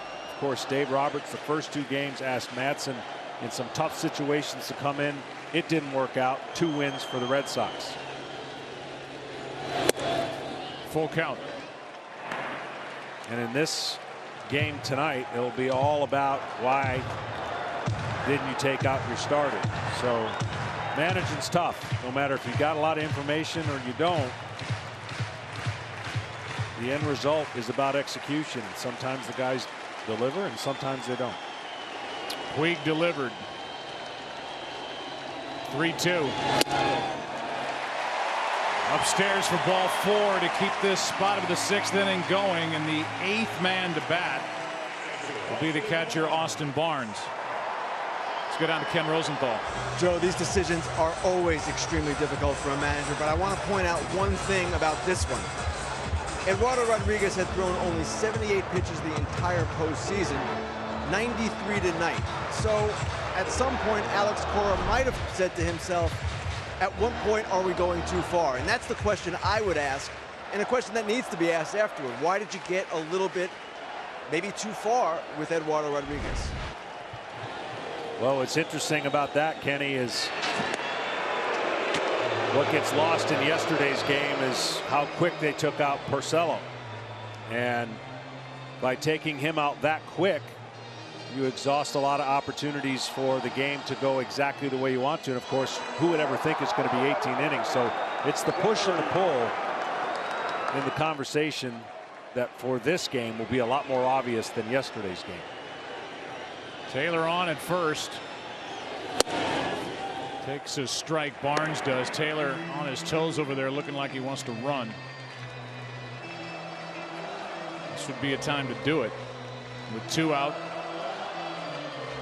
On the other side, you've got Rich Hill, who's standing in the on-deck circle, and the job he's done through 6. He's thrown 82 pitches. I mean, again, and Kenny's point is well taken, but you can't base everything just off a raw statistic of pitch count. Yeah, and the thing is, he got what he wanted. He got the ground ball to first base. Had the throw been a little lower, who knows? I mean, ultimately, he pitched a great game. And it's going to come down to the home run that he gives up to Puig. That statistically, when you can't have it both ways. You can't say you're going by the numbers and not so you're going by the numbers. That was strictly by the numbers. And we showed you why it didn't work out. Well, now Hill has gone back into the dugout. Dozier is in the on-deck circle, and Ryan Madsen is getting loose. They may be content with 6 shutout innings from Hill and not wanting to push it any further. The 0-2 outside. You know, when we talked to Dave Roberts, as you go to the other side, he said, look, we'll get what we get out of Rich Hill. Don't expect him to pitch deep into the ball game. We're still relatively well rested in our bullpen because we didn't extend anybody last night. And whoever we have to use, we're looking ahead to Clayton Kershaw in Game 5, and Kershaw's going to have to give us innings. He's going to have to pitch like an ace. Yep. And at some point, guys have to go do it. No matter what the book says and whatever statistics, wherever they may lead you. It's about a guy on the mound with a ball and a guy at the plate with a bat.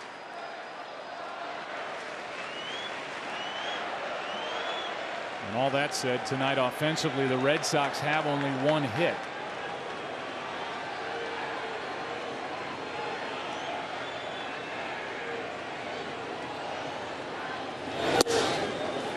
Two and two. So now that scoreboard we talked about earlier, and now the rest of the game will be managed a little differently unless those Red Sox hitters can put pressure on the Dodgers and climb back in this game.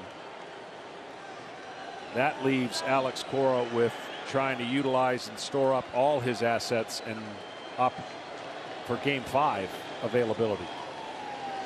A rematch of Game 1, Sale and Kershaw. There goes Taylor, and there's a swing and a miss at the plate to end the inning. Yasiel Puig touched one off and set off the celebration. He knows how to party. Yasiel Puig, arms raised, blowing kisses, flexing, kissing the bicep. 4-0 LA. Back after this from your local Fox station.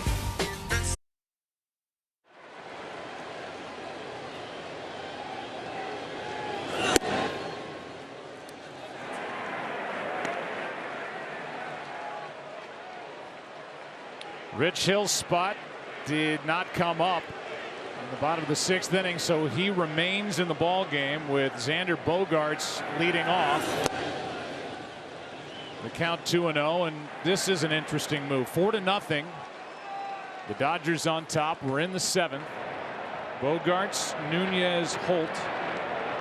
1 hit allowed by Rich Hill. 6 strikeouts. 2 walks. Did hit a batter. That was the pitcher Rodriguez. Here's a 2-0. 3-0. You surprised he went back out there? Oh, not really. I mean, they're going to get the bullpen ready, and maybe again a guy who's only given up 1 hit. I know it's a small sample size, but he hasn't given up a run from the 7th to 9th inning. Only 5.2 innings of work, but he won't be given an opportunity to mess it up. That's for sure. The bullpen will come in as soon as Dave has seen something different. Left-hander Scott Alexander joins Ryan Madson. Rick Honeycutt on the phone, working over that gum.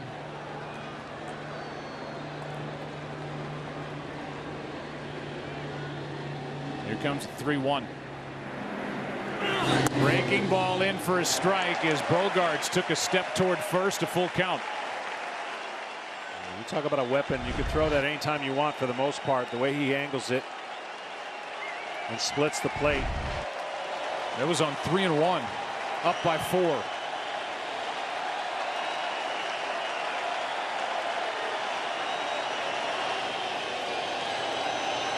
Breaking ball misses inside, a leadoff walk.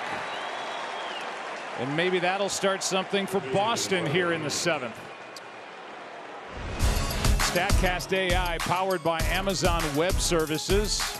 Here's the curveball. Yeah, the curveball has tremendous break, and the reason it has tremendous break, it has tremendous spin.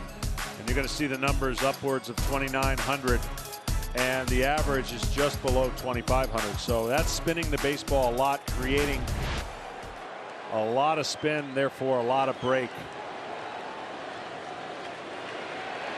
Well, Hill will stay in to face Nunez. And you know the matchup here with regard to what Dave Roberts is thinking. He wants Hill against Nunez instead of Madson against Devers. The powerful left-handed batter who would no doubt come off the bench for Boston is Kike Hernandez, who pinch ran in the bottom of the 6th.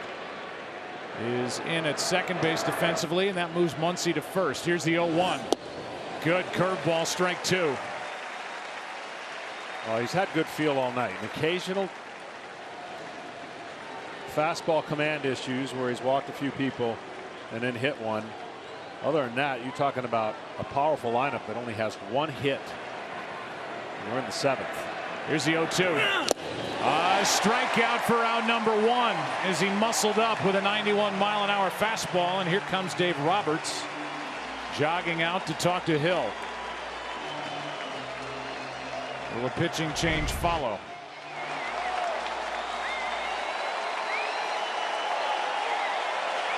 They'll let him hear it here at Dodger Stadium. That's it for Hill.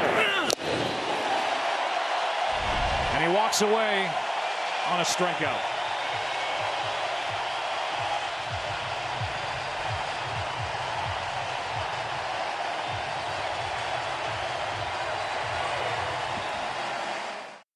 Tonight, starring in Fox's thrilling series The Passage, based on the best-selling trilogy from executive producer Ridley Scott.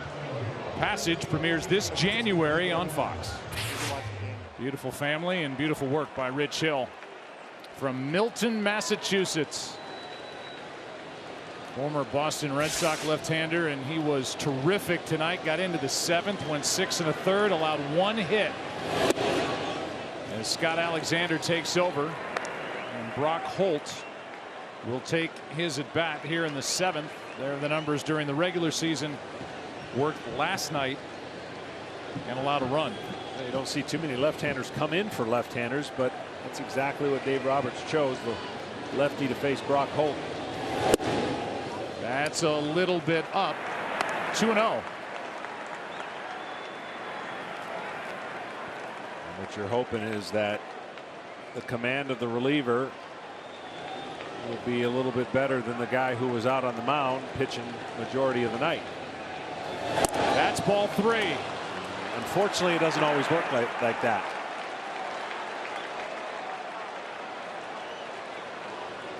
Brock Holt against left-handed pitching this year hit .292.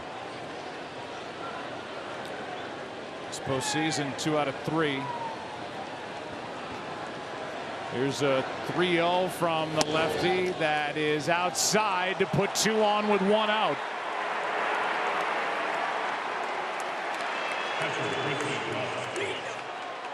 Opportunity for Boston, and now a quick word from Duracell. This is the #1 trusted brand. So now both teams are into their bullpens, 2 on with 1 out. And when the dam breaks and the turnstile starts turning for each side, you see multiple pitchers coming out of the pen. And here comes Dave Roberts, and here comes the 3rd pitcher of the inning,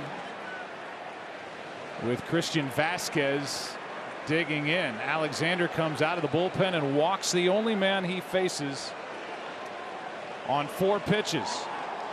Madsen coming out of the pen with 2 on for Boston in the 7th.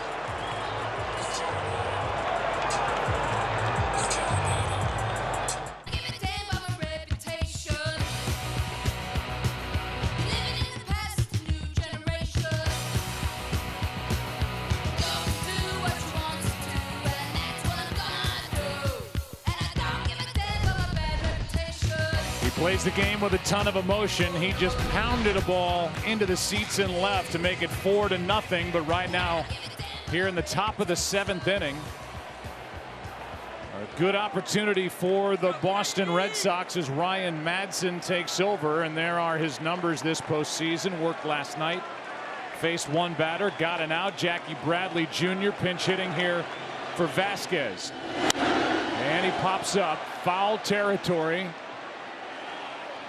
Out of play for strike 1. Just to finish the story on Rich Hill.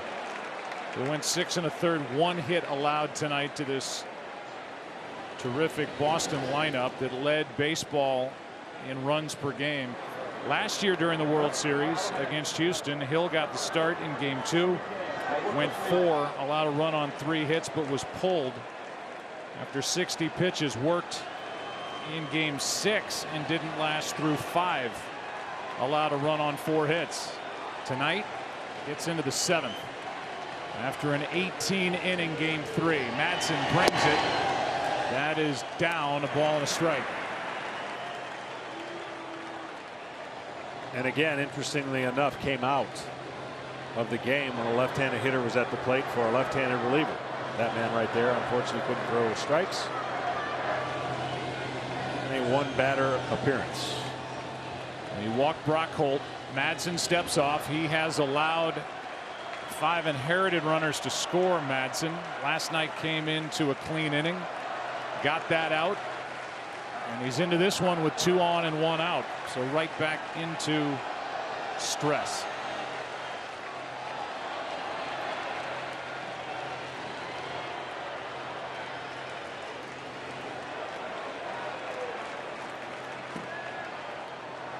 Madsen picked up from the Washington Nationals. He's gotten some big outs this postseason for the Dodgers. Bradley takes low, 2-1.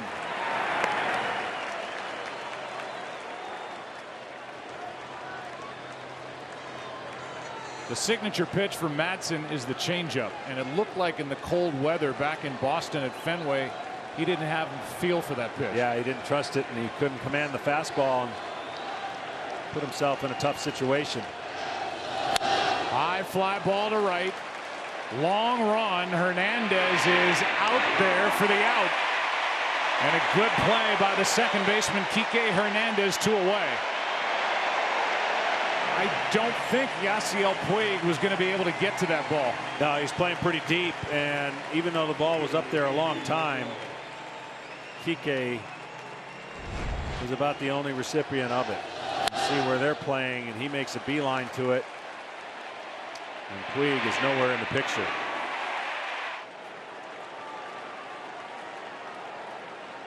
Not only called for it with his glove, but gave a little bit of a whistle to let Puig know that he had a bead on it. Now Mitch Moreland will come off the bench to hit with 2 on and 2 out here in the 7th, and a quick word from Bank of America. You're all set. Your money has been transferred. Get the play-by-play of your money with Erica, your virtual financial assistant.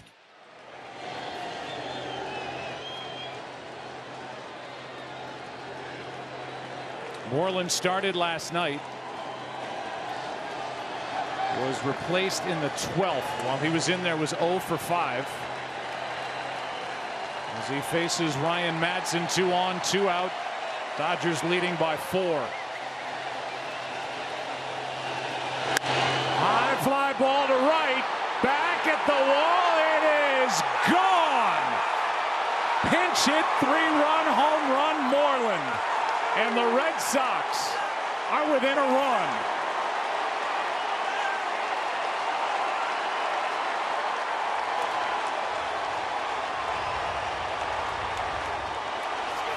It's 4-3.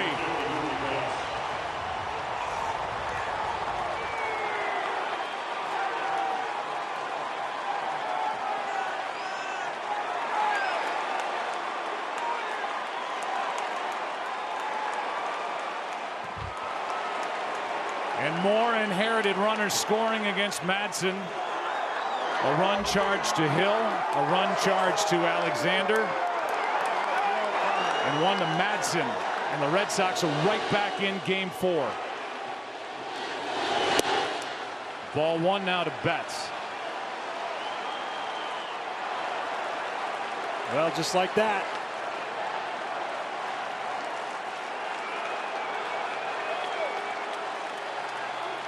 A ball and a strike. And that's a dugout on the other side. Had been waiting for that kind of eruption for a while. Now energy back in their clubhouse. 2 outs. More 2-out damage. Here's one back to Madsen. Knocks it down. And the inning is over. 3 of the 17 runs The Red Sox have scored in this World Series, have come with 2 out. How about that delivery by Moreland off the bench? And the two teams trade 3-run home runs. Time to stretch. It's tight now in Game 4. Dodgers lead by 1.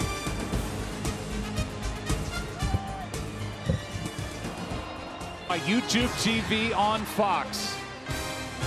Aerial coverage is provided by State Farm as game number 4 slides into the bottom of the 7th inning.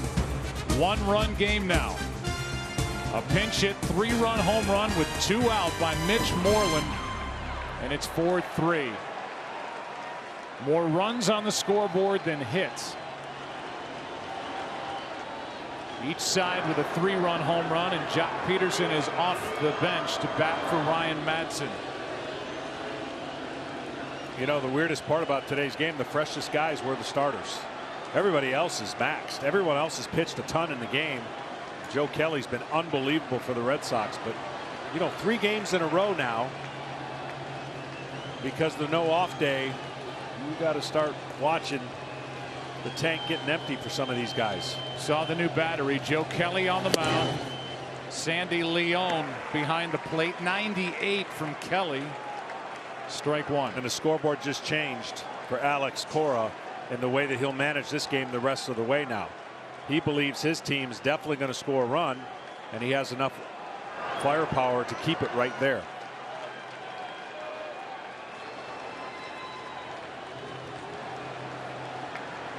The 0-1 to Peterson, who homered last night. Breaking ball misses inside.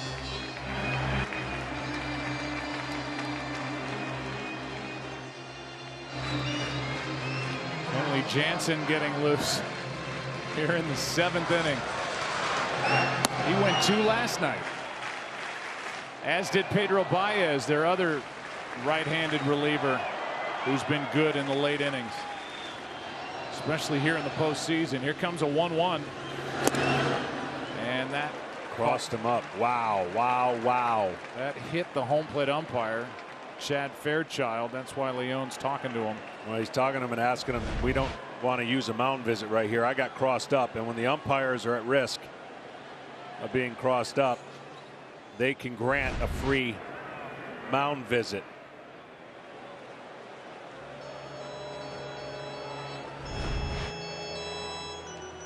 Look at Chris Sale pumping up his teammates in the dugout. And then on the other side, Ryan Madson, who was just dinged for a 3-run home run with 2 out in the top of the inning, just taking it in, reflecting on what just happened.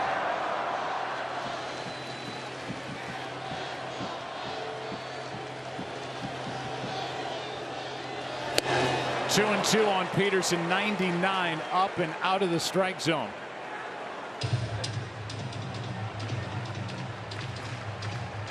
A note that Ryan Madson doesn't want to hear. But the total of 7 inherited runners that he's allowed to score is the highest ever in one World Series. We're only in the 4th game.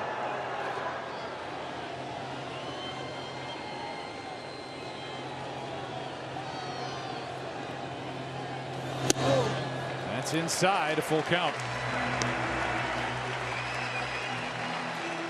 Well, again, after Hill walked a hitter, he got an out. And then was removed. Another walk. And then Madson came in, got an out, and then a 3-run home.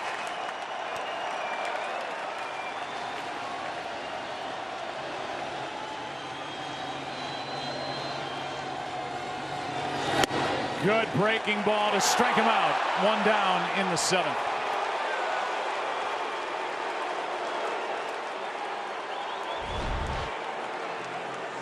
After heat, he came with a backdoor breaking ball on that 3-2 pitch that we have been seeing quite often.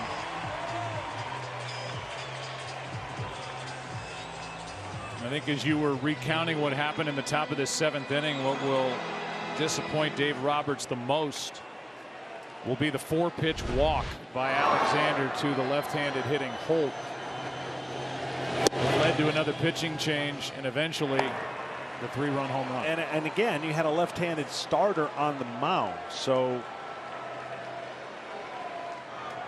I get it if it would have been a right-handed hitter facing Holt, but the lefty that comes in, you're asking him to be on point immediately every single time, and you know that's his job. He should be, and he did not find the strike zone on 4 pitches.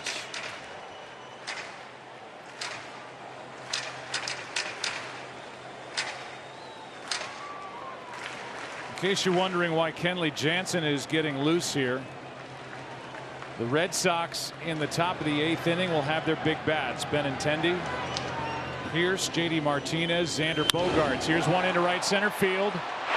Betts over to grab it. 2 down. T-Mobile is continuing their commitment to hurricane recovery this World Series by donating $10,000 for each home run hit. The fan support is critical for each tweet or retweet with hashtag HR4HR. T-Mobile will donate another $2. Joe Kelly just keeps on rolling, and here is Max Muncy, 0 for 3.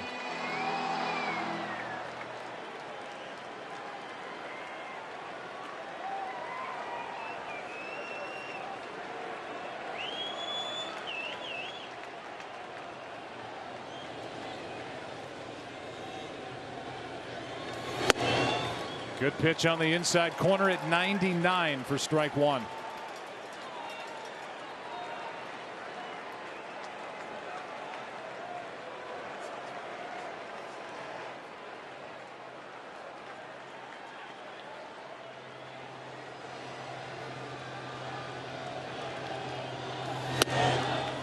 Well, away. In essence, this game is right back where it started with the bases loaded, 1 out, and Bellinger up.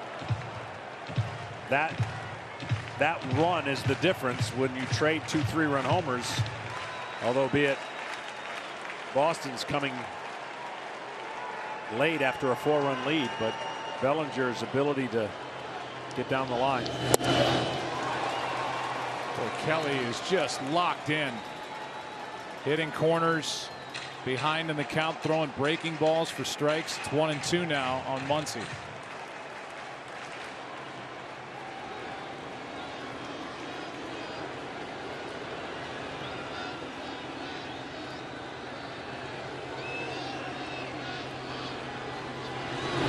The other way for a base hit.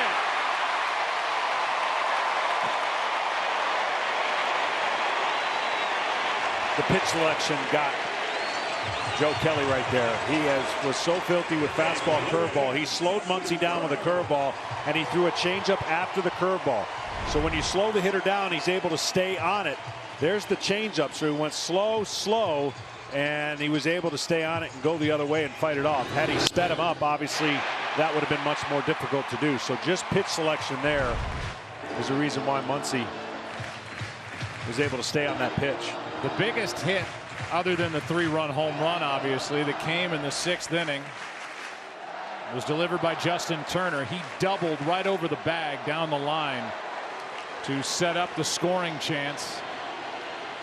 It led to that 1-0 lead before Puig hit one up into left field for a 4-0 lead. There's a strike.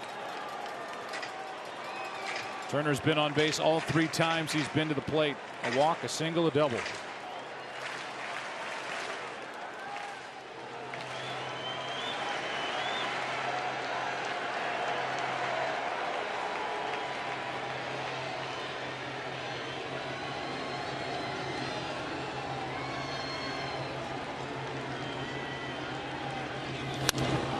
Flied into center, easy for Betts.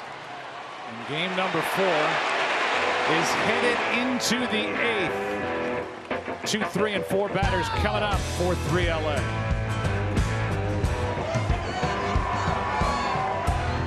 Creators faced off in a baseball-inspired competition, and earlier tonight, the winners team edged throughout the honorary first pitch here at Game 4 of the World Series. As we welcome you back, it's a 1-run game, 2, 3, 4 hitters against Kenley Jansen, and a wave and a miss and a high fastball from Jansen. Strike one by Benintendi. Well, here you go. Put your seatbelts on. We got 2 innings, 1-run game. And whether or not Jansen can get 6 outs, he's here to get 3 outs in this inning with the heart of the order up. To the right side. Muncy to the bag, 1 out. I think if you were to ask Dave Roberts right now why Jansen here, he's thinking the 2, 3, 4 hitters. I'll worry about the 9th inning and the 9th inning. Yeah, exactly. Certainly the offenses woke up late. Late game last night. Both pitchers were outstanding through 5. No score, and then 7 runs in the last 2 innings. We talked coming into this World Series how terrific this Boston Red Sox lineup is as Pierce stands in.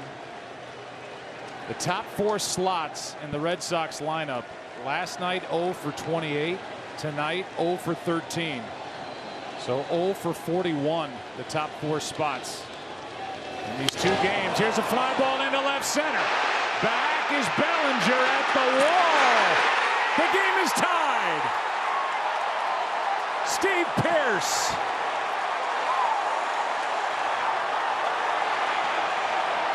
Four in the 8th.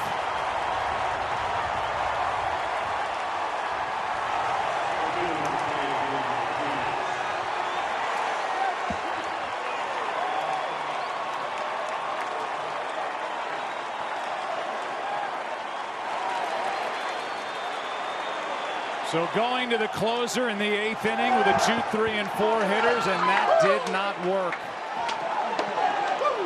Well, an inside cutter is not exactly where he wanted it, and that's where Pierce was able to take advantage.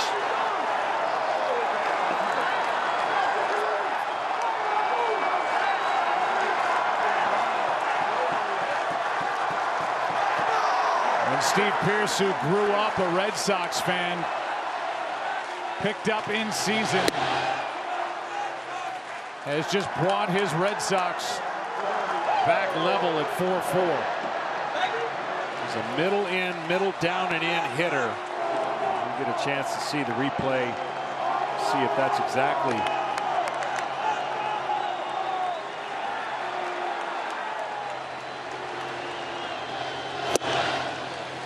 One ball, 1 strike on JD Martinez.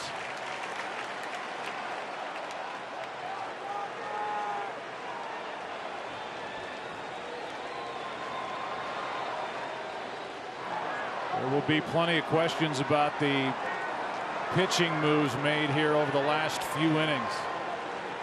Going back to the 6th. Here's a pop-up off the bat of Martinez, out of play, strike 2.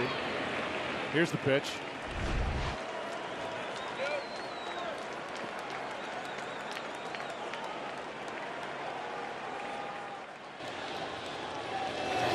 That's exactly middle third of the plate, and that's his power stroke. And that's all it took right there. The spin of a cutter can be hard to hit, especially when it's going away from you. A strikeout for out number 2. But it's much like a backup slider when it's in the spot of a hitter looking to do damage. I mean, this is the hitter allowing the pitcher to supply the power and make a good swing, and you see the dugout.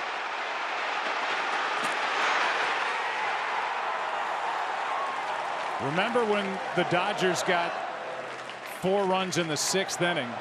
They sent 8 men to the plate, and Rich Hill's spot was the next spot. He was left in the on-deck circle. At one point, he was replaced in the on-deck circle by Brian Dozier as Bogaerts takes the ball outside.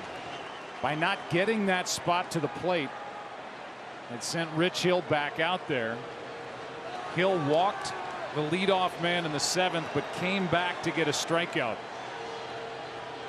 And then the parade out of the bullpen started with Alexander, Madsen, now Jansen. And you get the feeling there's a long way to go in this one, even though we're sitting here in the 8th. It's a tie game, and There are some big bullets that have been used here, especially by Dave Roberts now. And again, you got David Price in the bullpen getting loose. I mean, this is deja vu. This is something right here. That's why I said fasten your seatbelts. It's going to get crazy in these last 2 innings. Here's a 1-1. Bogaerts pops it up. Yasiel Puig in to get it. And this game is tied. And it's Steve Pearce, a well-traveled big leaguer, who ties the game off Kenley Jansen. Now for a word from Bank of America and its new virtual assistant, Erica, an easier way to stay on top of your financial game. Steve Pearce, who started the season in Toronto, to Boston during the year, as Machado starts the 8th inning with a base hit into right center field. But Pearce has tied this game with a home run off Kenley Jansen, and Machado on for the 2nd time tonight, trying to get the crowd back in it as they have been stunned by Moreland and Pearce in a 4-4 game. The batter will be Bellinger. David Price is in the bullpen.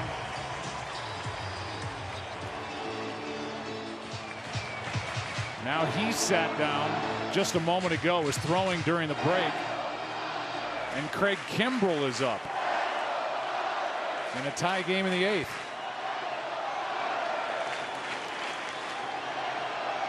Cody Bellinger against Joe Kelly. Breaking ball down and in, ball 1. Yeah, I don't even know why we look at this stuff, right? Why do we look at the numbers? Sometimes it comes down to executing under the gun, and in several instances there hasn't been some execution, so it's going to exasperate the move, and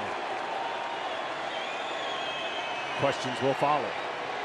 Here's a 1-0. Good swing by Bellinger, fouled straight back. The ball and a strike. Rich Hill, the starter and the left-hander, was lifted for another left-hander. Alexander came on to walk Holt on 4 pitches. Madsen got an out, and then Moreland took Madsen out for a 3-run home run. Dave Roberts went to his closer, Kenley Jansen, in the top of this inning. A 1-out home run by Steve Pearce has tied the game. Now Kelly back out there, and Bellinger checks his swing on ball 2.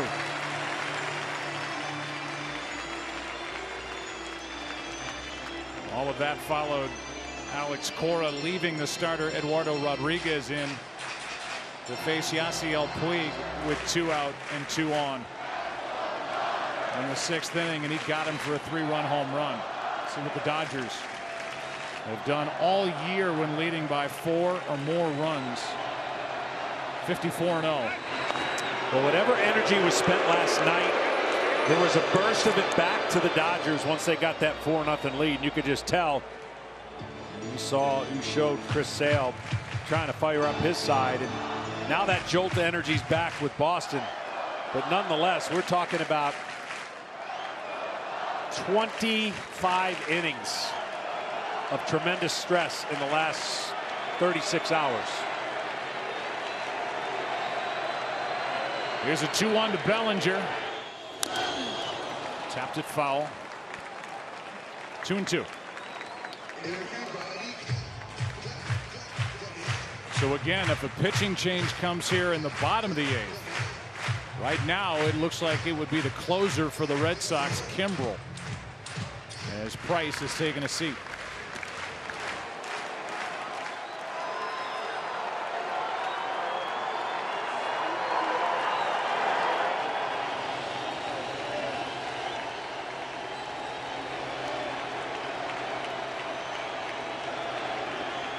Cody Bellinger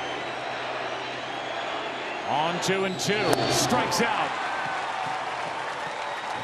I just had this mental picture of a teeter-totter, and if each team was on the teeter-totter swinging each way, I think it broke. I think it's broke.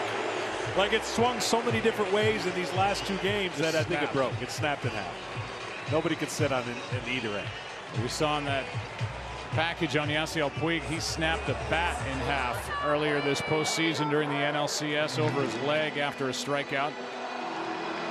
He celebrated going around the bases after the 3-run home run his last time up. And he faces the right-hander here with 1-on-1 out in the 8th.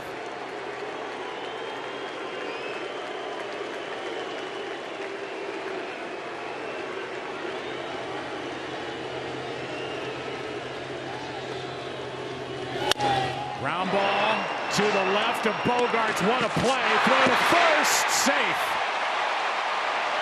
And the Red Sox bench is telling Alex Cora to take a look at that. What an effort by Holt on the turn. And let's take another look. Good start of it by Bogaerts.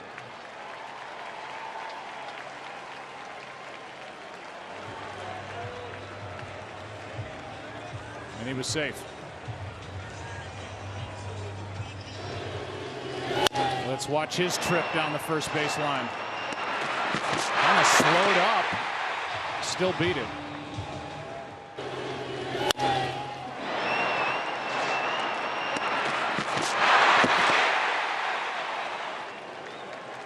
Machado goes in, slides in. You mentioned Brock makes a good turn, and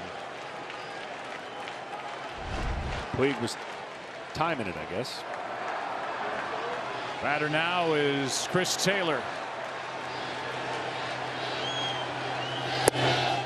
Down, ball 1.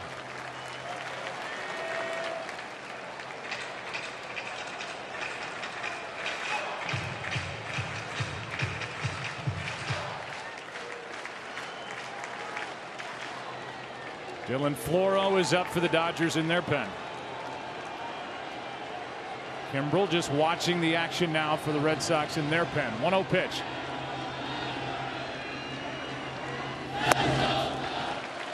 Two 2-0 on Taylor. With Yasmani Grandal in the on-deck circle, he would hit for Austin Barnes if this 8th inning continues past Chris Taylor.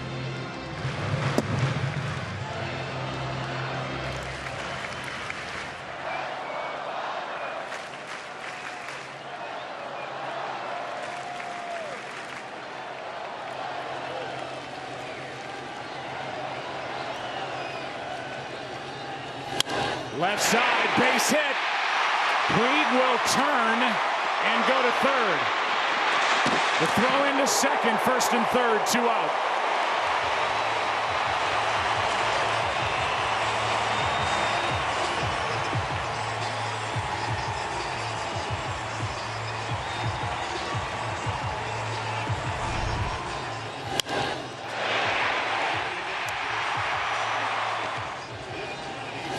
Well, Puig, right about here, he makes up his mind.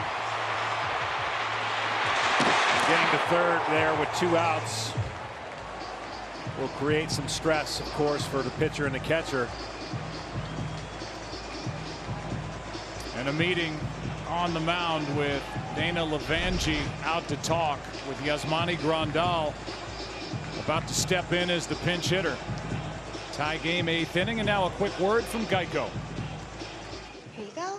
Oh, and your you. wings. Thanks. Enjoy. All right, I'm starved. Oh, so I guess you heard, huh? The Geico could save you 15% or more on car insurance? No, those are ghost pepper wings. Geico, an official partner of Major League Baseball. So this right here, this meeting's about how to pitch to Grandal, and certainly they're going to try to get him up with fastballs. Don't forget about the high fastball, but the power curveball maybe to get ahead of him. But they want to pitch him up and see if he can expand the zone, as he has. We talked about his ability. He's been struggling a little bit, making contact and some strikeouts. Had a base hit last night, 1 for 4 in this World Series. First and third, 2 out, tie game, 8th inning. Grandal Takes a strike at 99 from Joe Kelly.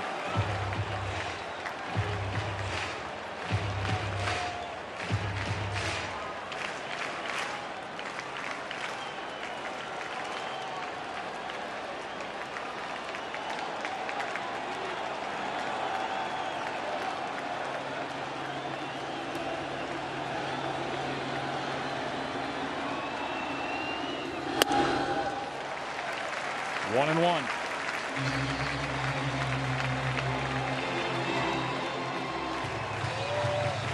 Be interested to see if he gets to 2 strikes if the Dodgers try to run with Taylor at first.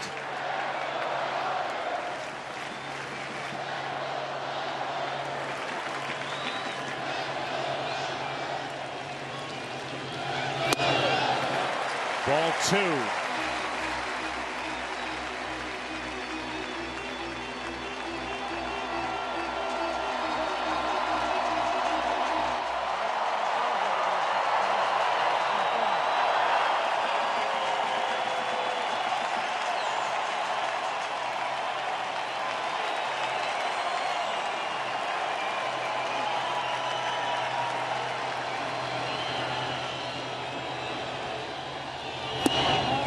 Strike 2.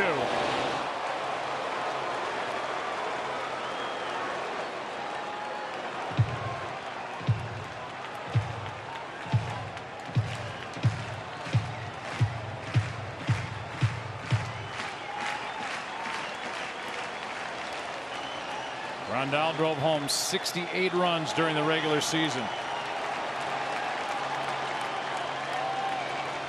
Was advantage Grandal. Now the count even 2-2. Struck him out. And game number 4 is going to go into the 9th inning. Tied 4-4.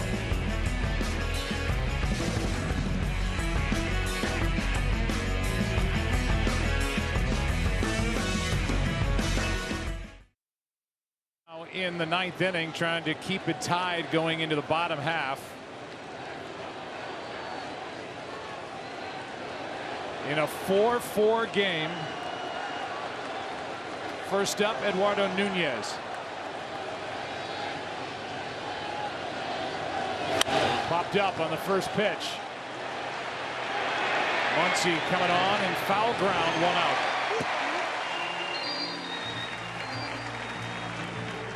Fans, on October 10th, MasterCard invited you to dine out using a MasterCard to help support Stand Up to Cancer. Because so many of you came together to support the cause, MasterCard is presenting a generous $4 million donation to Stand Up to Cancer.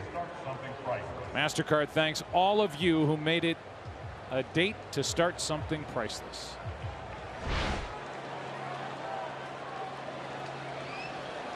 Great combination with MasterCard and Stand Up to Cancer. Here is a strike into Brock Holt. The Boston Red Sox are playing in their 13th World Series. They have never won a World Series game after trailing by 4 or more runs. They are 8-time world champs.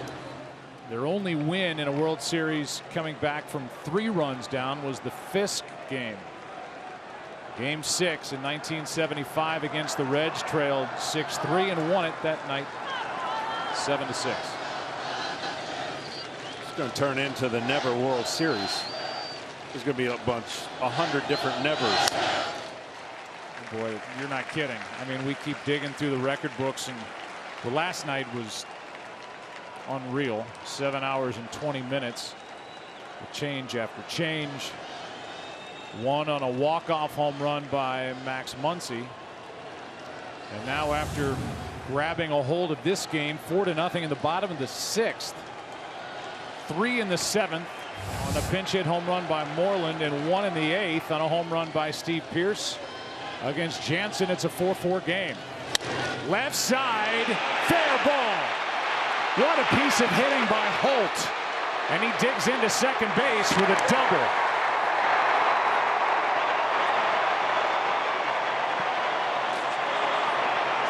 On base Price for the third time tonight.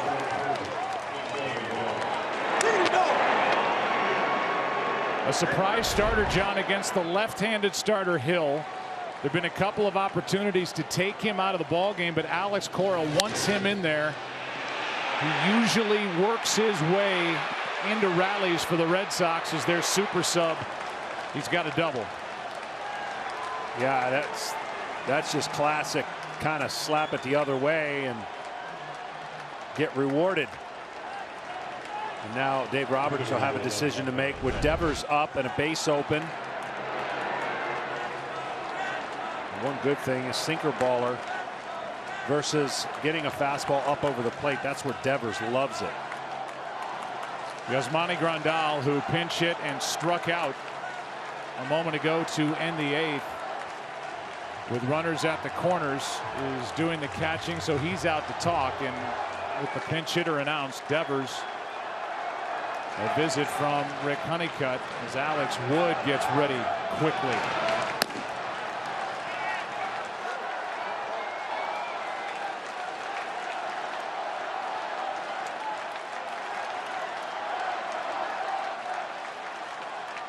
Official caps, t-shirts, hoodies, jerseys, jackets, and more. Find all the Dodgers and Red Sox World Series gear you need at MLBshop.com. So the left-hander's not ready to come into the ball game. Wood just got up. And with the left-hander Devers walk into the plate, we'll see what the Dodgers elect to do with the pitcher's spot next.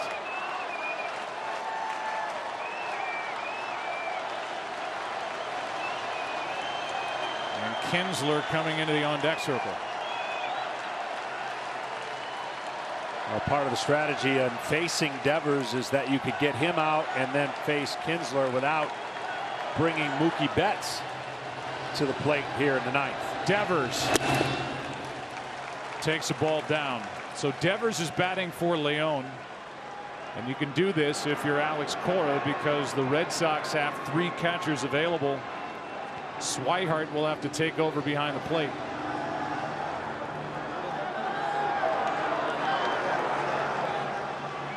Brock Holt has given the Red Sox opportunity here in the 9th. Jansen out of the game. Dylan Floro on the mound. Here comes a 1-0. 2-0.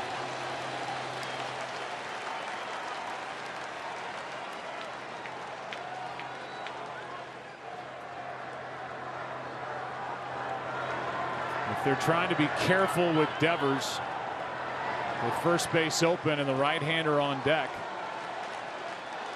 it's up to Floro to make sure he's careful because Devers can lose a ball in a hurry. He can hit.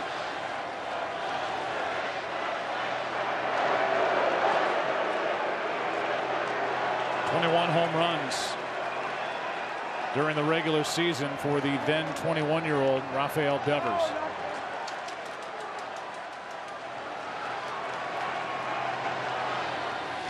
That's up the middle. The Red Sox are going to take the lead. Holt scores. Boston on top 5-4.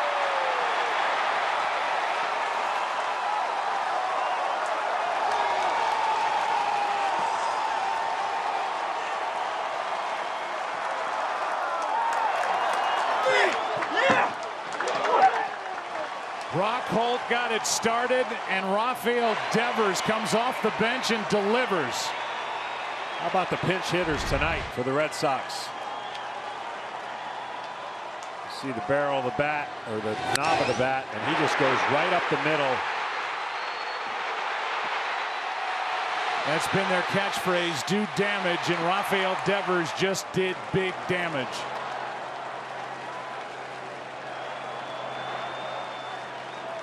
And Boston, after trailing 4-0 after 6, is leading 5-4 here in the 9th with a chance for more.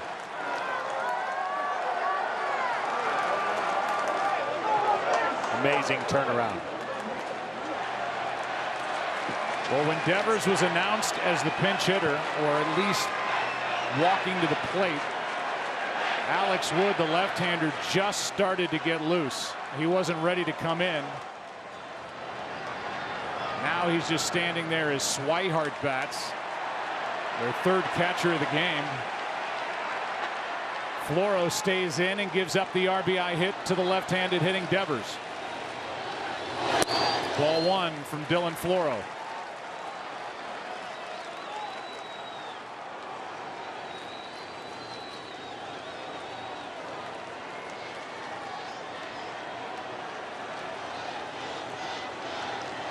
A one-out opposite field double by Brock Holt. And he came flying home on the hit by Devers.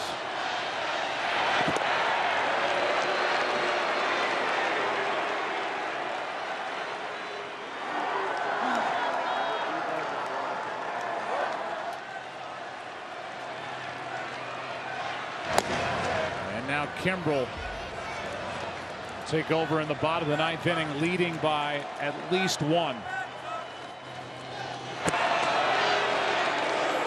In the bottom of the ninth. It'll be a pinch hitter, then Kike Hernandez, then Max Muncy. If anybody gets on, Justin Turner.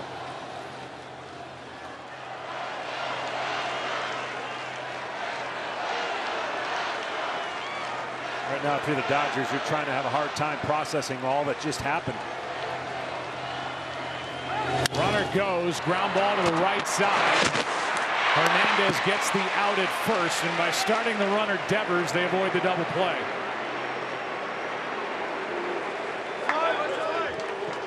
And that's big. Now a runner at second, 2 out for Mookie Betts.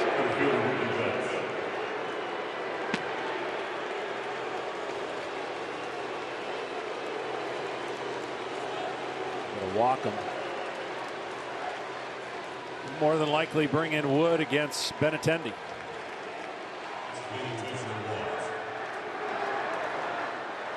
It'll be 2 on with 2 out.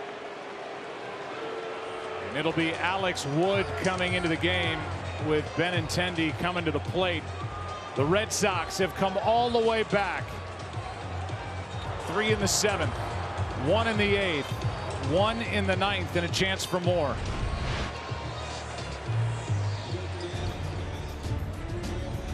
Pitching change in the 9th.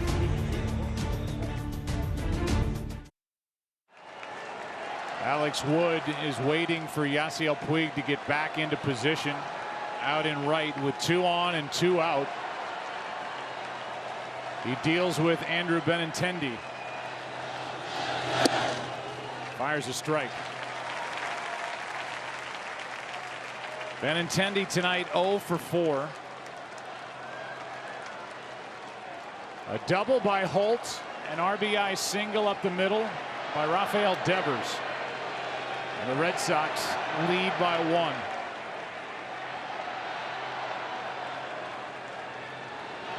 Here comes the 0-1 pitch.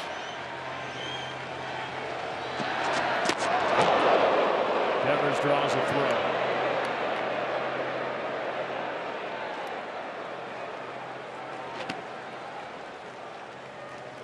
Rich Hill taken out after a strikeout for another left-handed pitcher, Scott Alexander, who issued a walk on 4 pitches to Brock Holt. The bullpen has failed the Dodgers tonight. That's another strike, and it's 0-2. And then Jansen was used in the 8th.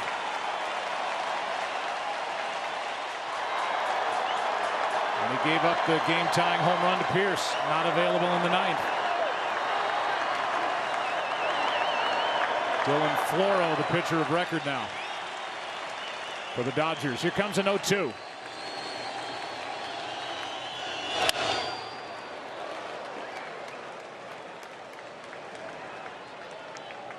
Well, the feeling in this place is similar to the 13th inning.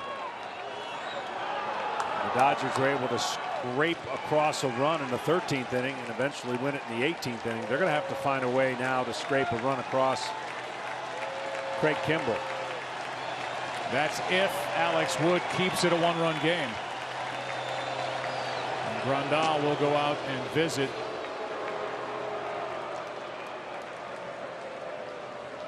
This postseason, T-Mobile and MLB have rallied together in support of hurricane recovery, raising over $4.5 million to support veteran-led Team Rubicon. Let's keep it going. T-Mobile will give another $2 for every fan tweet or retweet with hashtag HR4HR. Rock Holt got it going with the double and then came home on the hit up the middle by Devers. And now a chance for more.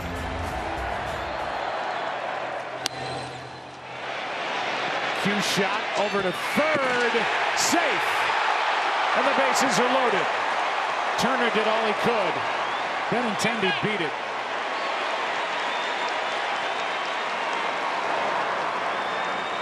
And they're going to check to see if they want to challenge that call. Yeah, the speed of Benintendi, of course, the ball just trickling down the line. Turner had to come in. I don't think he could even think about going back to the bag. So his play was there, and of course he beats it out.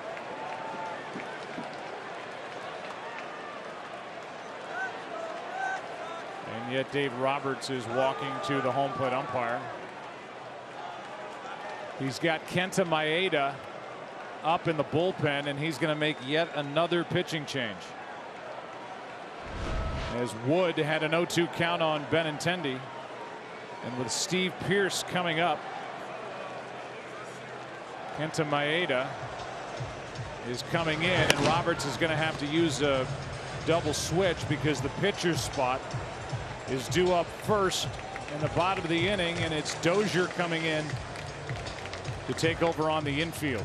Bases loaded for Boston, leading by 1 in the 9th. Tomorrow, Fox NFL doubleheader, starting with the Redskins and the Giants, then the big showdown here in Los Angeles with the Green Bay Packers and the LA Rams. It's all on Fox and the Fox Sports app. Check local listings. Well, is this game going to stay tight? That's up to Kenta Maeda and Steve Pearce. Bases loaded, 2 out, top of the 9th, 5-4. Red Sox on top. Dozier takes over at second. Kike Hernandez in left. Dozier will lead off in the bottom of the inning, and the pitcher is now batting in the number 7 spot for Los Angeles. That pitcher right now is Maeda. Pearce, who tied this game with a home run off Kenley Jansen in the 8th, strike 1.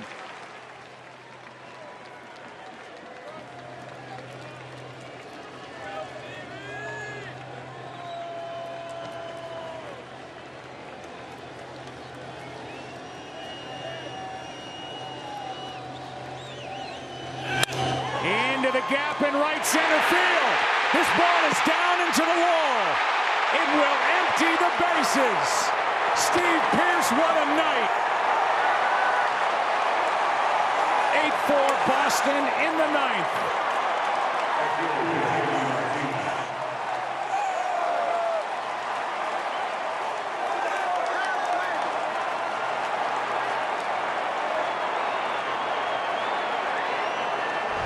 Well, in the 8th against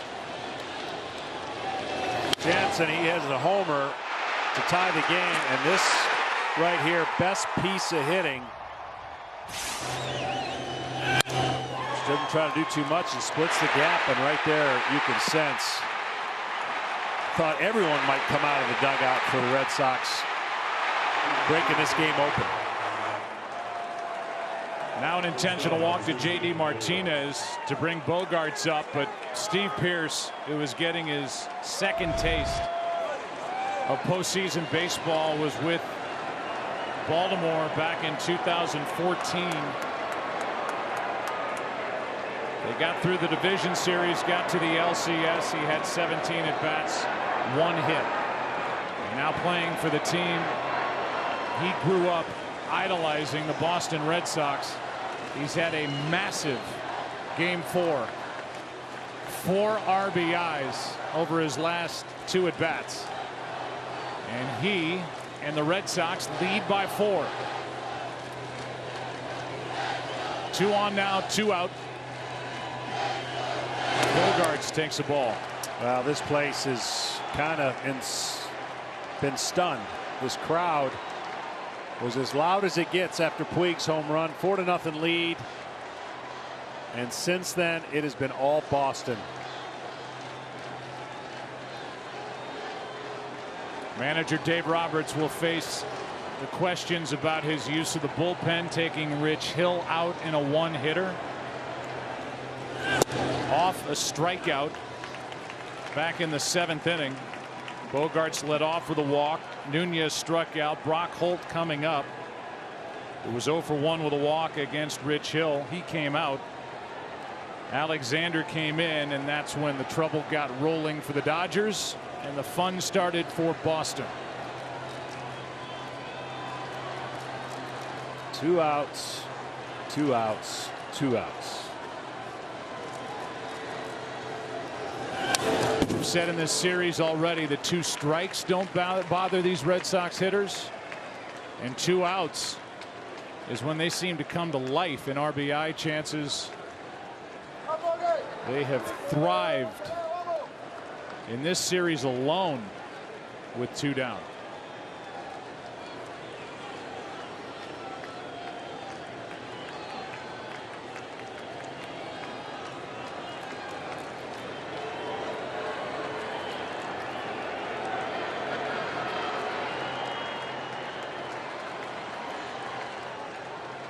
Maeda with a count of 1-2 misses low.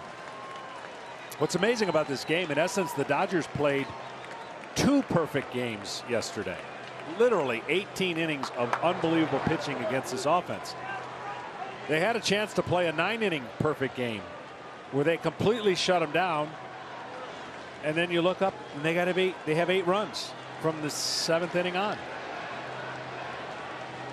That look and that feeling says it all here, because the probability of that comeback, well, you already talked about what they haven't done.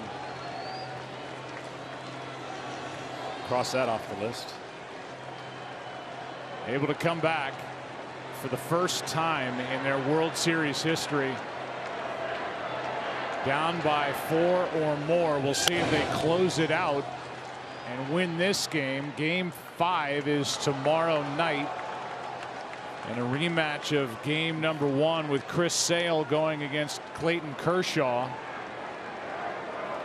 Sale and Alex Cora will be trying to end it. Kershaw will be trying to send this World Series back to Boston. 16 of the 22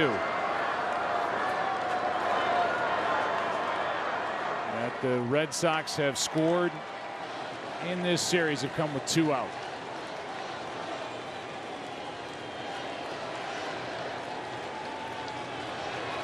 Two now. A full count.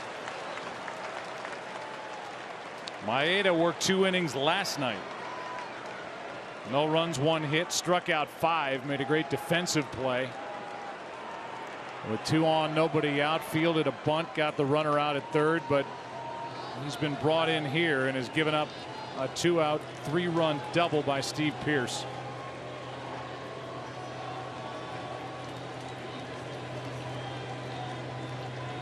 The 9th man to bat in the inning is Xander Bogaerts.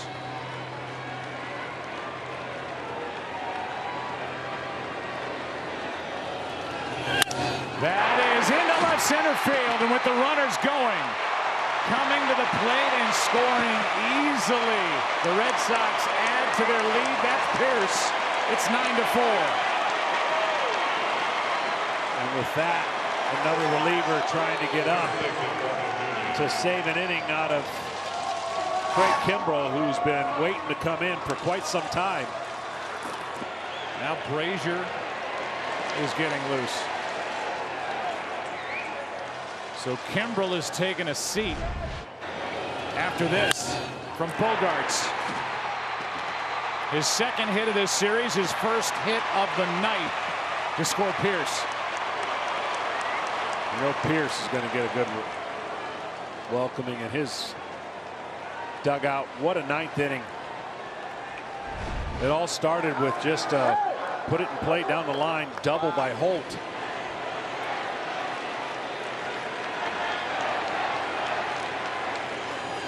It continued by an infield hit by Benintendi.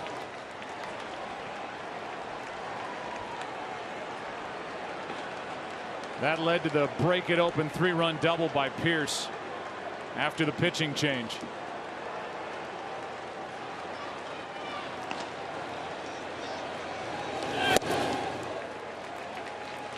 Strike 2.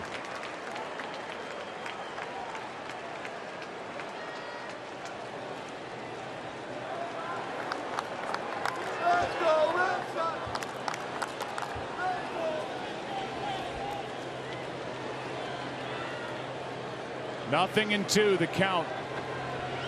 Maeda to Nunez in a high fly ball into left center. Back near the track is Bellinger. And it's a 5-run 9th inning for the Boston Red Sox. And it's a 9-4 game as the Red Sox have shaken this place. Joe Kelly with 2 strong innings of relief. Holt started it with a double down the left field line. Rafael Devers put the Red Sox on top, and Steve Pearce may have delivered the knockout blow tonight. 9-4 into the bottom of the ninth. All over the bases tonight in Game 4, and the kid Rafael Devers put Boston on top in the top of this 9th inning. Big hit by Pierce, and Kimbrel does indeed take over. They had Brazier getting loose when the game was opened up, but it's Kimbrel, and that's called ball 1 as Swihart is behind the plate, and he missed that pitch from Kimbrel. Well, the Dodgers really only have one task if they can't rally, and they just got to make Kimbrel work as hard as he can. With tomorrow's game, Casey has asked to work or be needed, but what a empty feeling the Dodgers must have right now with all that's taken place.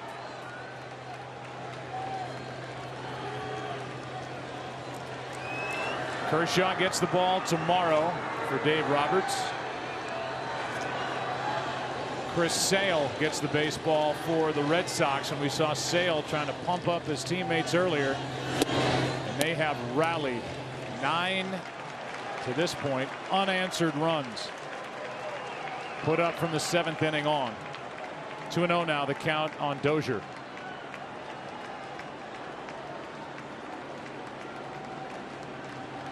Mitch Moreland with the blast, a 3-run home run off the bench. He's playing in his 3rd World Series. He's 0 for 2 for the Texas Rangers, and Moreland with that shot into right made it a 1-run game, and that's what started the scoring here late for Boston. That's the starter tonight, the 25-year-old left-hander Eduardo Rodriguez. He's off the hook as Dozier takes a leadoff walk. And right now the pitcher of record for Boston is Joe Kelly, who has been so good for Alex Cora. He's like a different person. I mean, he really has put it together at the absolute perfect time. And Joe Kelly, from a bullpen, fair or not, at the end of the season there were some questions to how are they going to get it done, winning 108 games. Well, their bullpen has answered a lot, and so has Joe Kelly, Eovaldi.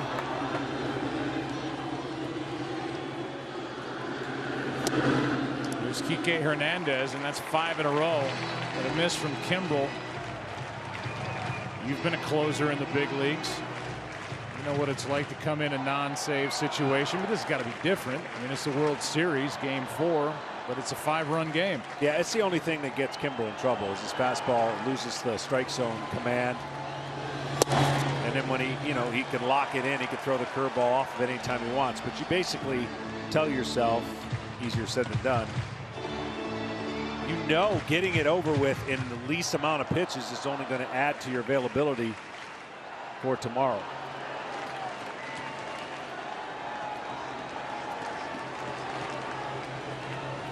The 1-1. High fly ball to left. Back at the wall. It is gone. Hernandez makes it a 3-run game.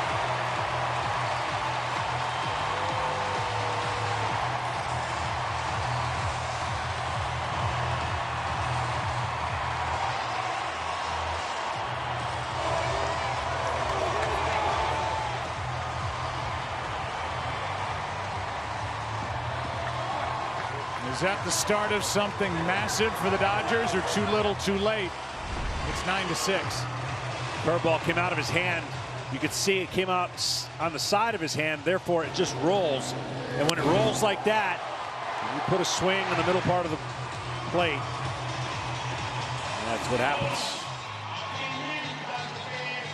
Well, tonight the Dodgers have used 6 relievers, 7 pitchers total. And each of the 7 pitchers was charged with at least a run. The highest total of different pitchers allowing a run for a team in any game in World Series history, from Hill, who was great, Alexander, Madsen, Jansen, Floro, Wood, Maeda. And now that bases clearing double by Steve Pearce looms large as Muncy takes a ball.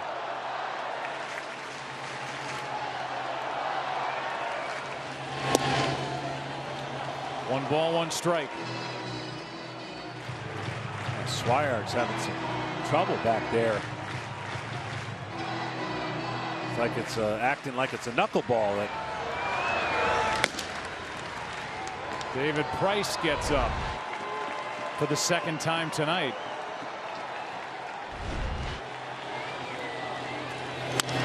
Ground ball right into the shift. Good play by Bogaerts to stay down on it, 1 out.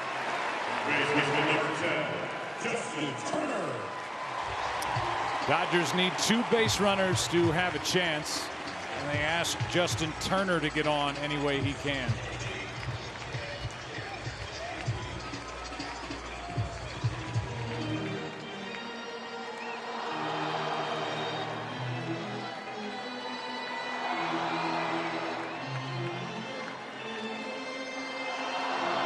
Turner's been on base 3 times.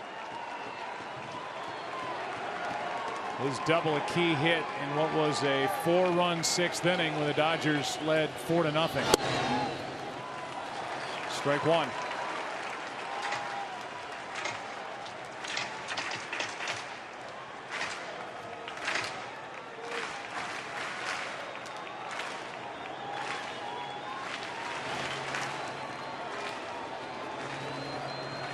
A 1 pitch. Down and away.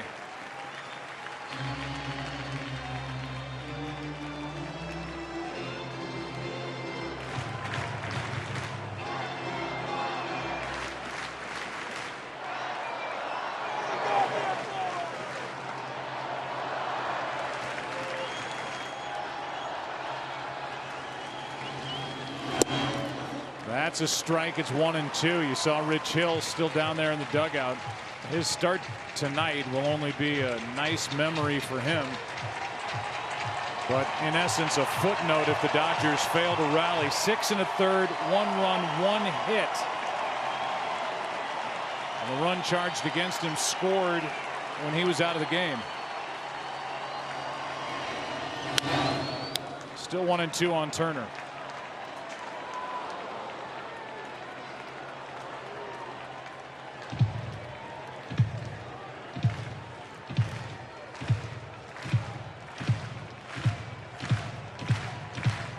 Kimbrel worked last night. He's into the game tonight. He's thrown 14 pitches. And because of the 2-run home run by Kike Hernandez, the Red Sox have to get David Price up for the 2nd time tonight after working last night. 2 days after his Game 2 start. Yeah, they just didn't seem to get Brazier enough time to come in and save some of these bullets, which would have been nice if you're the Red Sox, not having to use Kimbrel here in a 5-run game in the ninth.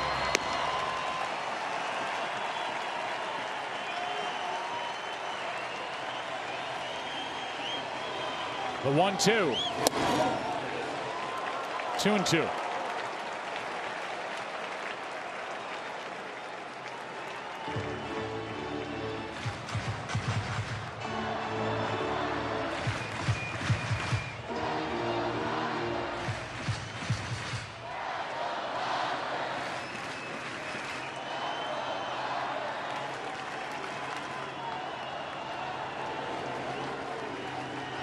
The next to Turner. That's into left. On base for the 4th time tonight is Justin Turner, and the Dodgers don't go quietly. One more base runner, and the tying run will step in. Against Alex Cora's closer. And you almost think that if that base runner gets on, we might see Price against Bellinger. Here's Machado.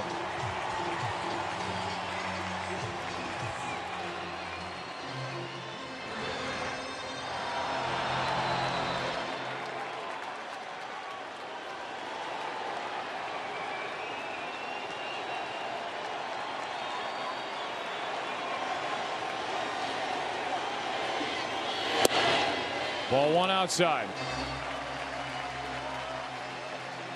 Machado led off the 8th inning with a single into right center.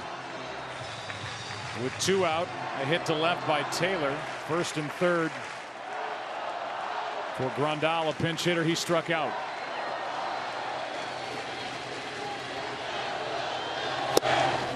That hits the corner. 1 ball, 1 strike. What a great at bat by Turner. Just battle, battle, battle, and wait for a pitch he can handle. That's the same approach that Machado's got to take right now. Leave the pitches on the corner alone. Hope that you get one in the middle part of the plate where you like it.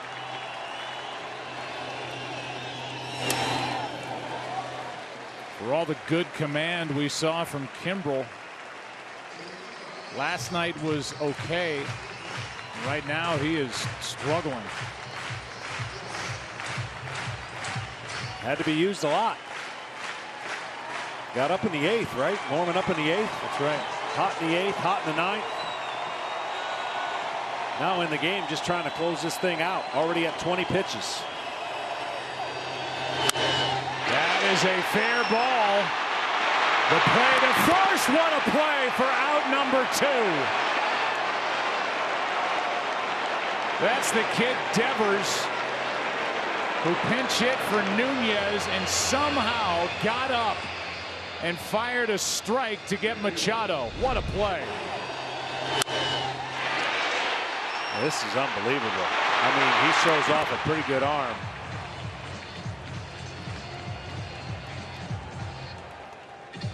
And he comes up firing.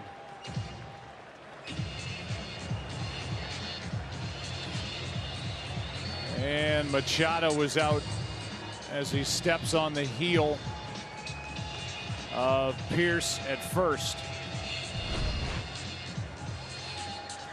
He's just trying to beat the throw. What a play by Devers, the young third baseman who committed 24 errors during the regular season, the most in the league, and he just made, you know, who knows what that saves. That keeps the tying run from coming to the plate and gets out number 2 here in the 9th. What a play. That really was. I mean, getting to the ball and then having the kind of patience to know that he could get up and make that throw without hurrying it. Bellinger takes the ball inside. If Bellinger reaches, Yasiel Puig would step in representing the tying run.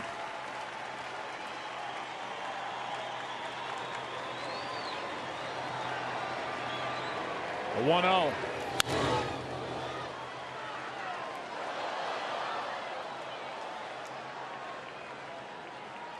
So this will be a big effort from Kimbrel. At least 24 pitches, back-to-back nights, multiple times up. Yeah, I think this knocks him out for tomorrow, but I'm sure they'll worry about tomorrow when tomorrow comes.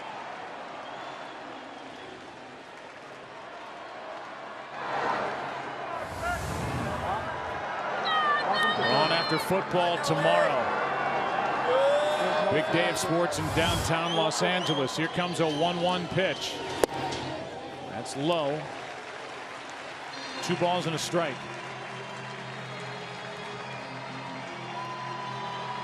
That was a great pitch, and probably so good it fooled Bellinger, trying to tell himself to stay off the pitch down that's breaking.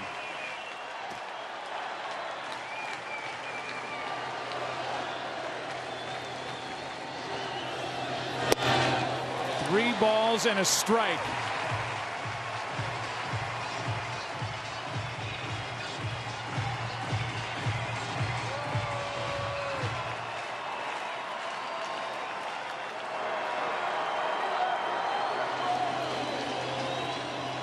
Kimbrel has made it interesting. Runner at second, 2 out, 3-1 pitch.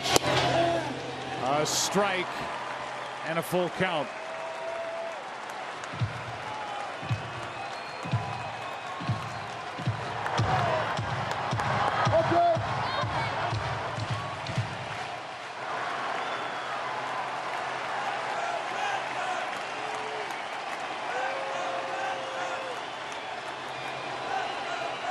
The next, spoiled by Cody Bellinger. Yeah, that was a nice job there. Just exactly that. Just kind of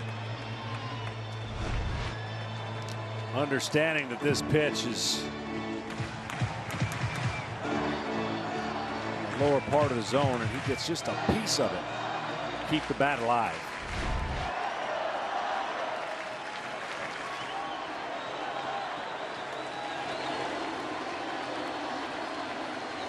Three-2 pitch. Fly ball into shallow left center, should end it. The Red Sox are up 3-1. 9-6 the final, as they score 9 runs from the 7th inning on. A 3-hour 57-minute game. While the Red Sox celebrate, Dave Roberts heads in to face questions about his usage of the bullpen tonight. And the Dodgers, who led 4-0 after 6, lose 9-6 and now face elimination tomorrow night. That's how you erase an emotional 18-inning game the night before. You go out, you rally as a team. They rallied around Eovaldi after the game. You can tell their sense of urgency, and man, 9 runs after the 6th. The reaction from Puig last night after that 18-inning game. Alex Cora had his team in the clubhouse, and he talked to the group about what had just happened. And he saluted the effort of Nathan Eovaldi. And Nathan's teammates gave Eovaldi, after that crushing loss, a standing ovation in the clubhouse of the Red Sox. Alex Cora said it was an emotional moment. And here in game number 4, they come rallying for a 9-6 win. Let's go down to Tom Verducci. Thanks, Joe. Well, Brock Holt, last night you lost the longest game in World Series history. Tonight you're down 4 with 7 outs to go. I want you to describe what this team did at that point. Unbelievable. I mean, last night, what a baseball game. To lose that one hurt. That one hurt. And to come out and to kind of start off slow like we did tonight, but finish like we did, it just shows what this team's capable of and why we're at where we're at. You got it started with that base hit. Describe the approach, especially the swing on that pitch. It's just 2 strikes. I mean, I faced that guy last night. His ball moved so much. So for me, it's just, try to get a pitch up and try to put a good swing on it. You know, I was fortunate to keep that one fair. I mean, he was sinking it all over the place tonight, but with 2 strikes, just try to put the bat on the ball, and good things sometimes happen, and tonight it did. You got a chance to win the World Series tomorrow night. What do we now expect from this Red Sox team in Game 5? Hopefully a lot more of the last 3 innings of tonight. I mean, it's so much fun to be a part of this team, to be, you know, playing for the Boston Red Sox and on this stage. We got a heck of a team, and you know, we're going to come out tomorrow ready to go. Brock, thanks so much. Thank you so much, man. Now to Ken Rosenthal. Thanks, Tom. Steve, you're known for crushing lefties, and yet your big hits tonight, the home run off Jansen to tie it, the 3-run double off Maeda to break it open, they were off righties you had never faced. What will you remember about those at-bats? You know, it was just a great night, you know, all the way around. You know, it was a great team win, much needed win, especially, you know, after what happened yesterday. You know, I just love this team's fight, and, you know, that's probably what I'm going to take away from tonight. What was the feeling in the dugout down 4-0? Well, you know, we were, you know, it was a big blow, but, you know, everybody was pulling for each other, trying to get each other riled up, and, you know, this team has a lot of fight, and, man, it was great to see how we responded. You know, our offense went silent for about 20-plus innings, so, you know, our pitchers did a great job, and just a great team win, man. Your father's from Rehoboth, Massachusetts.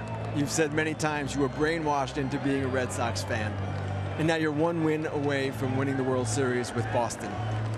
How do you think your family's reacting tonight? It's a dream come true. You know, they're happy. You know, it's just a cool feeling that, you know, I get to do something very special like this right now, and you know, but it's not over. We still got 1 more left, and you know, we got to flush tonight and go get them tomorrow. Steve, congratulations. Thank you. Thank you. Joe, back to you. What a big night for Steve Pearce, the 35-year-old, well-traveled big leaguer.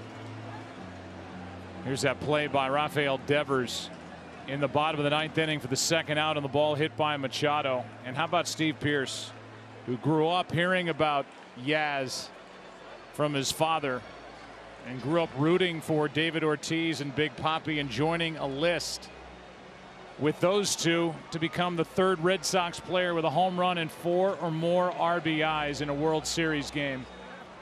And Alex Cora, the rookie manager, has his Boston team 1 win away from the franchise's 9th World Championship. It's been amazing. You got to have strong stomachs for this fan base on either side with the way this game's been played. After that long night last night, in an 18-inning affair, we played just 9 tonight.